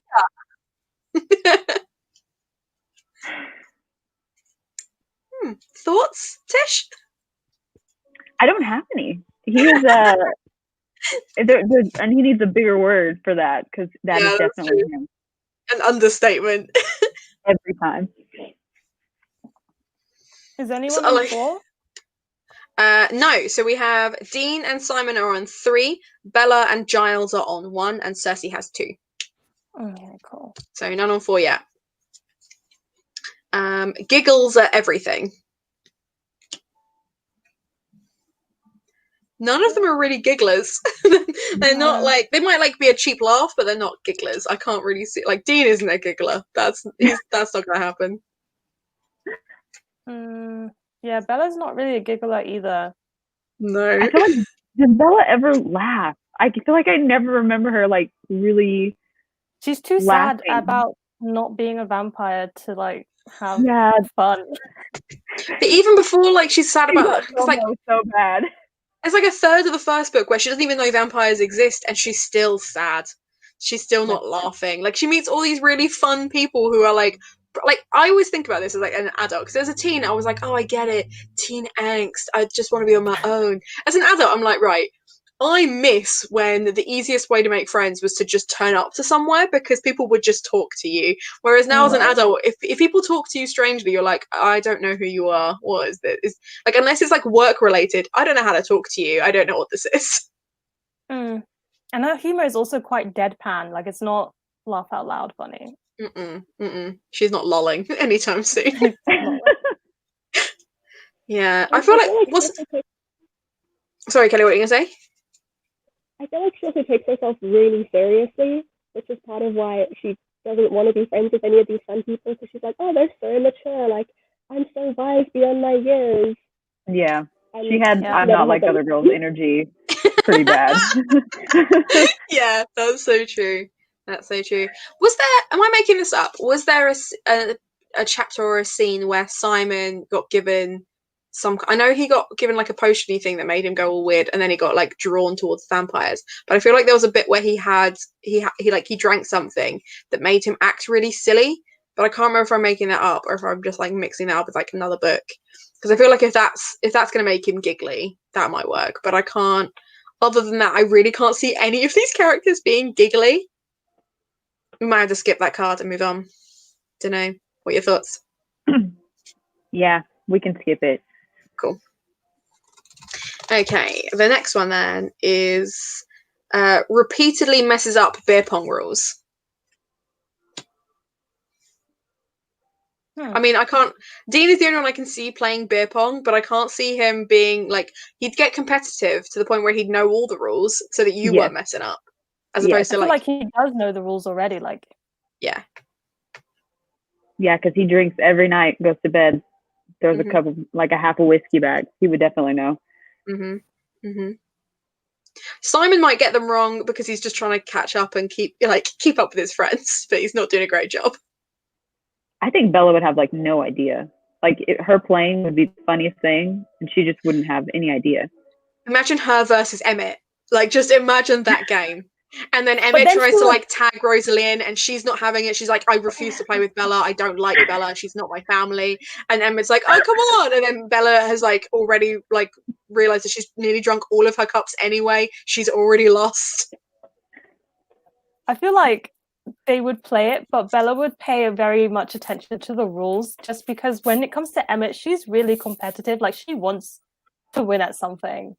True. That's fair. Also, it'd be different if it was like pre-vampire Bella, because that's what I was thinking. Was she would be way more confused pre-vampire. Yeah. It wouldn't even be necessarily that she repeatedly messed up the rules because she didn't know what the rules were, but just because she wasn't very good at it. So like one of the rules is that you're not allowed to like catch it if it's about to go in. So whereas I feel like she'd get really excited and just be like and like swipe it and then end up like throwing it rather than actually catching it. So it would that's a foul, and then it'd be like, no, you got to drink it anyway, kind of thing. That's true. That is true. Would Simon mess up the rules? I feel like he would, just because I feel like he either wouldn't really care to begin with, then he would get really competitive because he would be trying to play up to his crowd. By that point, he'd probably be too drunk to get it right. I feel like him and Bella are in the same bracket there. Yeah. Yeah. So we've really got to just narrow it down. Bella or Simon, who are we going for? Ooh, I don't know. Well, I say Simon. Kelly? I obviously say Bella. I guess it's down to us then, Tish. We've got to decide between the two. I mean, in Bella's favor, she does know all the rules in all those gym classes. She's just bad at it. That's true. True. But then that does mean she's more likely to get it wrong because she's bad at it. More likely to get it wrong. Oh, Priscilla has just thrown me under the bus because we hadn't even mentioned Cersei. Would Cersei care about the rules? No. No, she wouldn't. No. She wouldn't even realize you were make playing. every cup too. Yeah. Oh, she's a goddess. Of course she could. She's the first ever witch. Easy. She just turned the one ball into all of the cups, and they'd all go in at once. And she'd be like, "Okay, you can drink it now." Yeah, I win. Like, definitely against the rules. We didn't really talk about Giles, but like, I feel like he would mess up. No way. Like, the rock star child that he was, there's no way he's losing. Like, I feel like he's... Okay, so in England, we don't necessarily play beer pong a lot. Like, you might get it at, like, sports teams and stuff. But older men play a lot of darts. Darts was really, really popular. So you'll have, like, a lot of, like, middle-aged men who are weirdly good at darts. And even if they play darts as, like, a drinking game, they're still weirdly good at it. I feel like Giles would be that guy who is weirdly good at darts, but would he be like okay with the rules though? I don't know. I feel like going off of his, like his personality, I just feel like he would like mess it up for some reason. No, I feel like he'd be in his element because I feel like it's a practical thing. He loves hands-on stuff. He doesn't like technology, but there's no technology involved. So I feel like he'd be absolutely fine. Whereas Cersei, I feel like she would play to her advantages and would win, but would be messing up the rules. And then Bella and Simon just aren't very good at it, so mess it up. So it's just, do we go for willfully ignoring the rules or accidentally messing them up? And seeing as Cersei only has two. What does the card say? So the card repeatedly messes up the beer pong rules. Repeatedly messes up the beer pong rules, though. I would say Simon. I feel like he would know the rules, and he just would be bad. Yeah, that's true. he would want to do a good job, and he would try to do a good job. He would just naturally suck at it. Mm. Whereas I I agreed guess with everything you said about Cersei would just like do whatever she wants to win. Yeah. Right. yeah, if we're focusing on the rules, I feel like it needs to go to Cersei because she just doesn't care. Whereas the other guys, like, they know the rules. They're not messing up the rules. They're just not very good at the game. And I feel like that Right. is different. You've made a good point for that. Okay. And also, to answer your question, Priscilla, no, That's funny. we're not. We're not okay. It is not a good idea to play darts drunk, and yet here we are. Like every pub still has like the dartboard there. Not that Yeah. like my friends know what to do, but It's been It's a pretty very long straightforward. time You since I throw a played very darts. sharp thing at it. I love a bit of darts. I mean, I don't really remember how like the point system works, but I'm like aim for the middle. That's what we're going for. Yeah, well, that's basically it. The closer to the middle you get, the more points you get. So you get 1 point if you land in the larger sections of it, but if you Mhm. get like in the band, it either doubles or trebles the points. And Okay. essentially you start at like, I think it's like 144 and work your way down. So every time you score a point, that's why you want to get bullseyes, because you end up cutting like half of your points. You can get it in like 2 goes. Oh. Okay. But when you're on your last go, every point counts. So if you have like 13 as the thing you've got to tick off and you score 14 points, you have to take your go again. Like you can't just be like, oh, well, I got -1, because that's not how it works. And it gets really competitive. And Oh my old men gosh. take it so seriously. Like, so seriously. But yeah, it's a very important game in British pub culture. So when you come to visit, I'll take you to a pub that's got a dartboard. Oh yeah. Get that full British experience. I gave that one to Cersei, by the way, just to let you guys know. Is she at 3 now, or is she 4? She is at 3. So her and 3. Simon are at 3, as is Dean, and then Bella and Giles have 1 each. Okay. oh wow. Okay, the next one is buys a Happy Meal because they want the toy. I feel like saying Dean. I felt like saying Dean too. I feel like the toy would annoy someone that he knows, and therefore he wants it to annoy them with the toy. Sam. Or it's a nostalgia thing. Like, I feel like sometimes, like, obviously they do like certain film ones, and I feel like if it's his childhood, he just gets so excited. You know, like when you find like the toy at the bottom of like a cereal box, he's that kid. Yeah. Always. Because he didn't have a childhood, so yeah, that makes sense. All right, you're making it really dark. It's true though. I just realized that like so much of his behavior when it comes to like childish things is because he didn't get a childhood at all. Oh, poor Dean. He had more of a childhood than Sam did. By like 4 years. He was Still 4 when all that happened. Sam's like, I don't remember anything, and Dean's like, well, it's because I had to take care of you. So sad. Also, I feel like because of Dean's childhood, he made an effort to do everything that he could for Sam. So in some ways, Sam probably had more of a childhood than him because Dean made an effort to get him. Yeah. The fact that Sam was aware enough that things weren't right and that he had teachers that cared after him, and the fact that he got to law school is a testament to what a great dad Dean is. Right. Yeah. Plus, But I he think didn't really. Sorry, and plus he didn't. He just didn't remember what happened to his mom because obviously he was like young, and so he didn't carry around that huge trauma that Dean has still. Yeah, watching your family home burst into flames, for example. Yes. Yeah. Yes. Brutal. But yeah, but I feel like, he's going to be attached to those toys. He's going to want those toys. So, okay. And annoy Sam the whole car ride. Yeah. Yeah, especially if it's a toy that makes noise. Okay. The next one is fell off a roof. I feel like Simon could fall off a roof. Yeah. But I feel like Bella's more likely to. If Bella ever went onto a roof, she would fall off. There's no two ways about it. I don't know why she's up there, but she's falling. It's happening. Yes. It is happening. It is going to happen. She's breaking her arm and her collarbone. It's true. Actually, they pretend that she smashed through a hotel, something or the other. Yeah, it would just happen. Yeah. and everyone believed it because it was completely feasible. Definitely. Totally in character for her. They were like, oh, she literally broke like 8 bones in her body and had this weird like lack of blood. It was horrible. And the She dad's fell like, down yeah, 2 flights of stairs.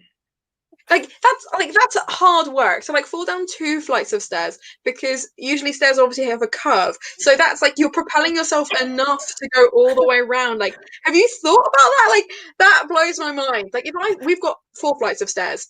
If you fall down those stairs, you feel it, but you stop after the first flight. You don't keep going. Like, it's not, you're not still tumbling.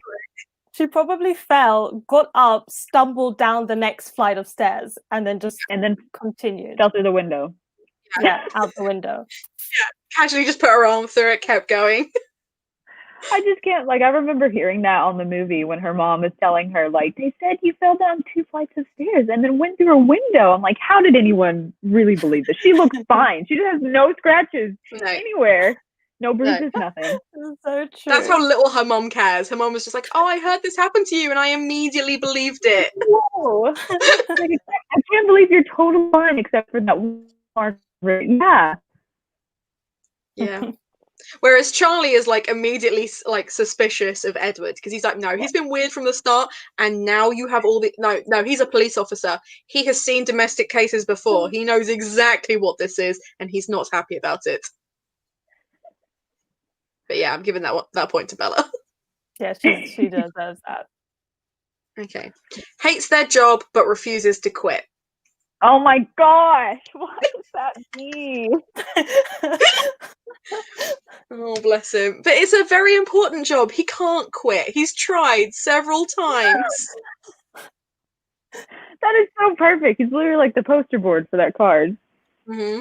Hates his job, refuses to quit. Times, too. Family business. He's like, I hate it, but somebody's got to do it.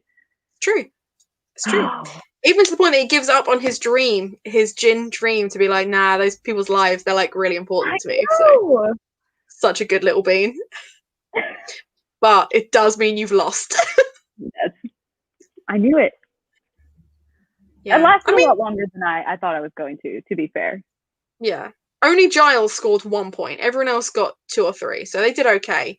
It was just, the cards were just right for Dean this time. He's a perfect candidate for this game, so I had to give it a try. That's cool. We should do a supernatural-based Drunk, Stoned and Stupid live.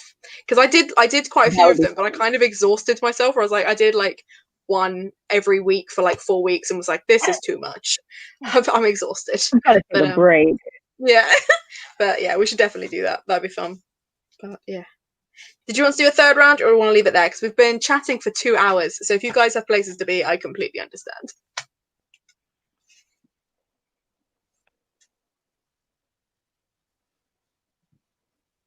That was to you guys. Do you want to do another round, or do you want to just like call it there? Oh, it doesn't matter to me. Okay. The only place I need to be is my bed. So. That's fair. I was gonna say, what time is it? If we started at 9, it must be like 11. Is it 11 where you are now? Okay, it's bedtime then. Like, that's fair. That's fair. I guess I can't believe this is it. This is the last live of Gothtober. Oh, wow. It's crazy. It went by so fast. Didn't it? Oh, but I'm glad, because I feel like if it felt like it was dragging, that would not be a good sign. True. But yeah, so my mission for next year's Gothtober is to actually host read-ins where we read, to have equally good prompts and fun activities, and yeah, I think the challenge is a really cool idea too. But cool. Also, I was going to say, when we were talking about the challenges earlier, you know those little the little templates they do on Instagram? Mm-hmm. It would be really cool to have one for that too, like where we do like this or that, or you know. Oh yeah. Because I have so many of those saved on my phone that I'm just waiting to fill out because they're just fun to do. I'm like, I don't even care if anybody cares what my answers are. These are just fun for me. So same. Well, okay, a little confession. I actually made 3 or 4 this or that little challenges for Gothtober, and then I put them in a folder and completely forgot about them. So we nearly had that this year, and then I forgot. Next year, now you have them for next year. Yeah, next year Gothtober is expanding into Instagram. It sounds like. That's the plan. Yeah, absolutely. So yeah, that's cool. Oh, I'm excited. I'm really excited. I'm sad it's over, but I think that's a good sign. So Yeah. And that's thanks cool. to everyone who joined in with the readathon. Yeah, It thank was you so guys. fun. I'm glad you all enjoyed it. Seeing all the Yeah, comments. absolutely. I like that. That's really nice. Oh, yeah. Okay, I don't want to click on any of them because I'll start weeping because I'm a very emotional person. But you guys are great. It's really rewarding when you put loads of work into something and people actually enjoy it, because I was fully prepared for this to just be me reading some Gothic fiction books and then maybe talking about it, but not like it really rocketed, and I could not have done it without you guys. You guys have been absolutely incredible helping me both as co-hosts and like sharing ideas and just supporting in like the group chat and stuff like that. So yeah, I'm really glad you guys agreed to help. It was fun. I like this. That's cool. Okay, well, I will let you go and enjoy the rest of your evening. And Kelly, I'll let you go to bed because it's late. But thank you so much for joining us, Kelly. I really appreciate it. And I'll share all the stuff for your Gothic fiction reading club, book club even. I can speak English. And yeah, we'll crack on with that. I'm excited. But other than that, I hope everyone has a nice evening, and I will see you later. Bye, guys. So, Happy Halloween to you. yeah, happy Halloween. Yeah. Forgot that's why we're doing this.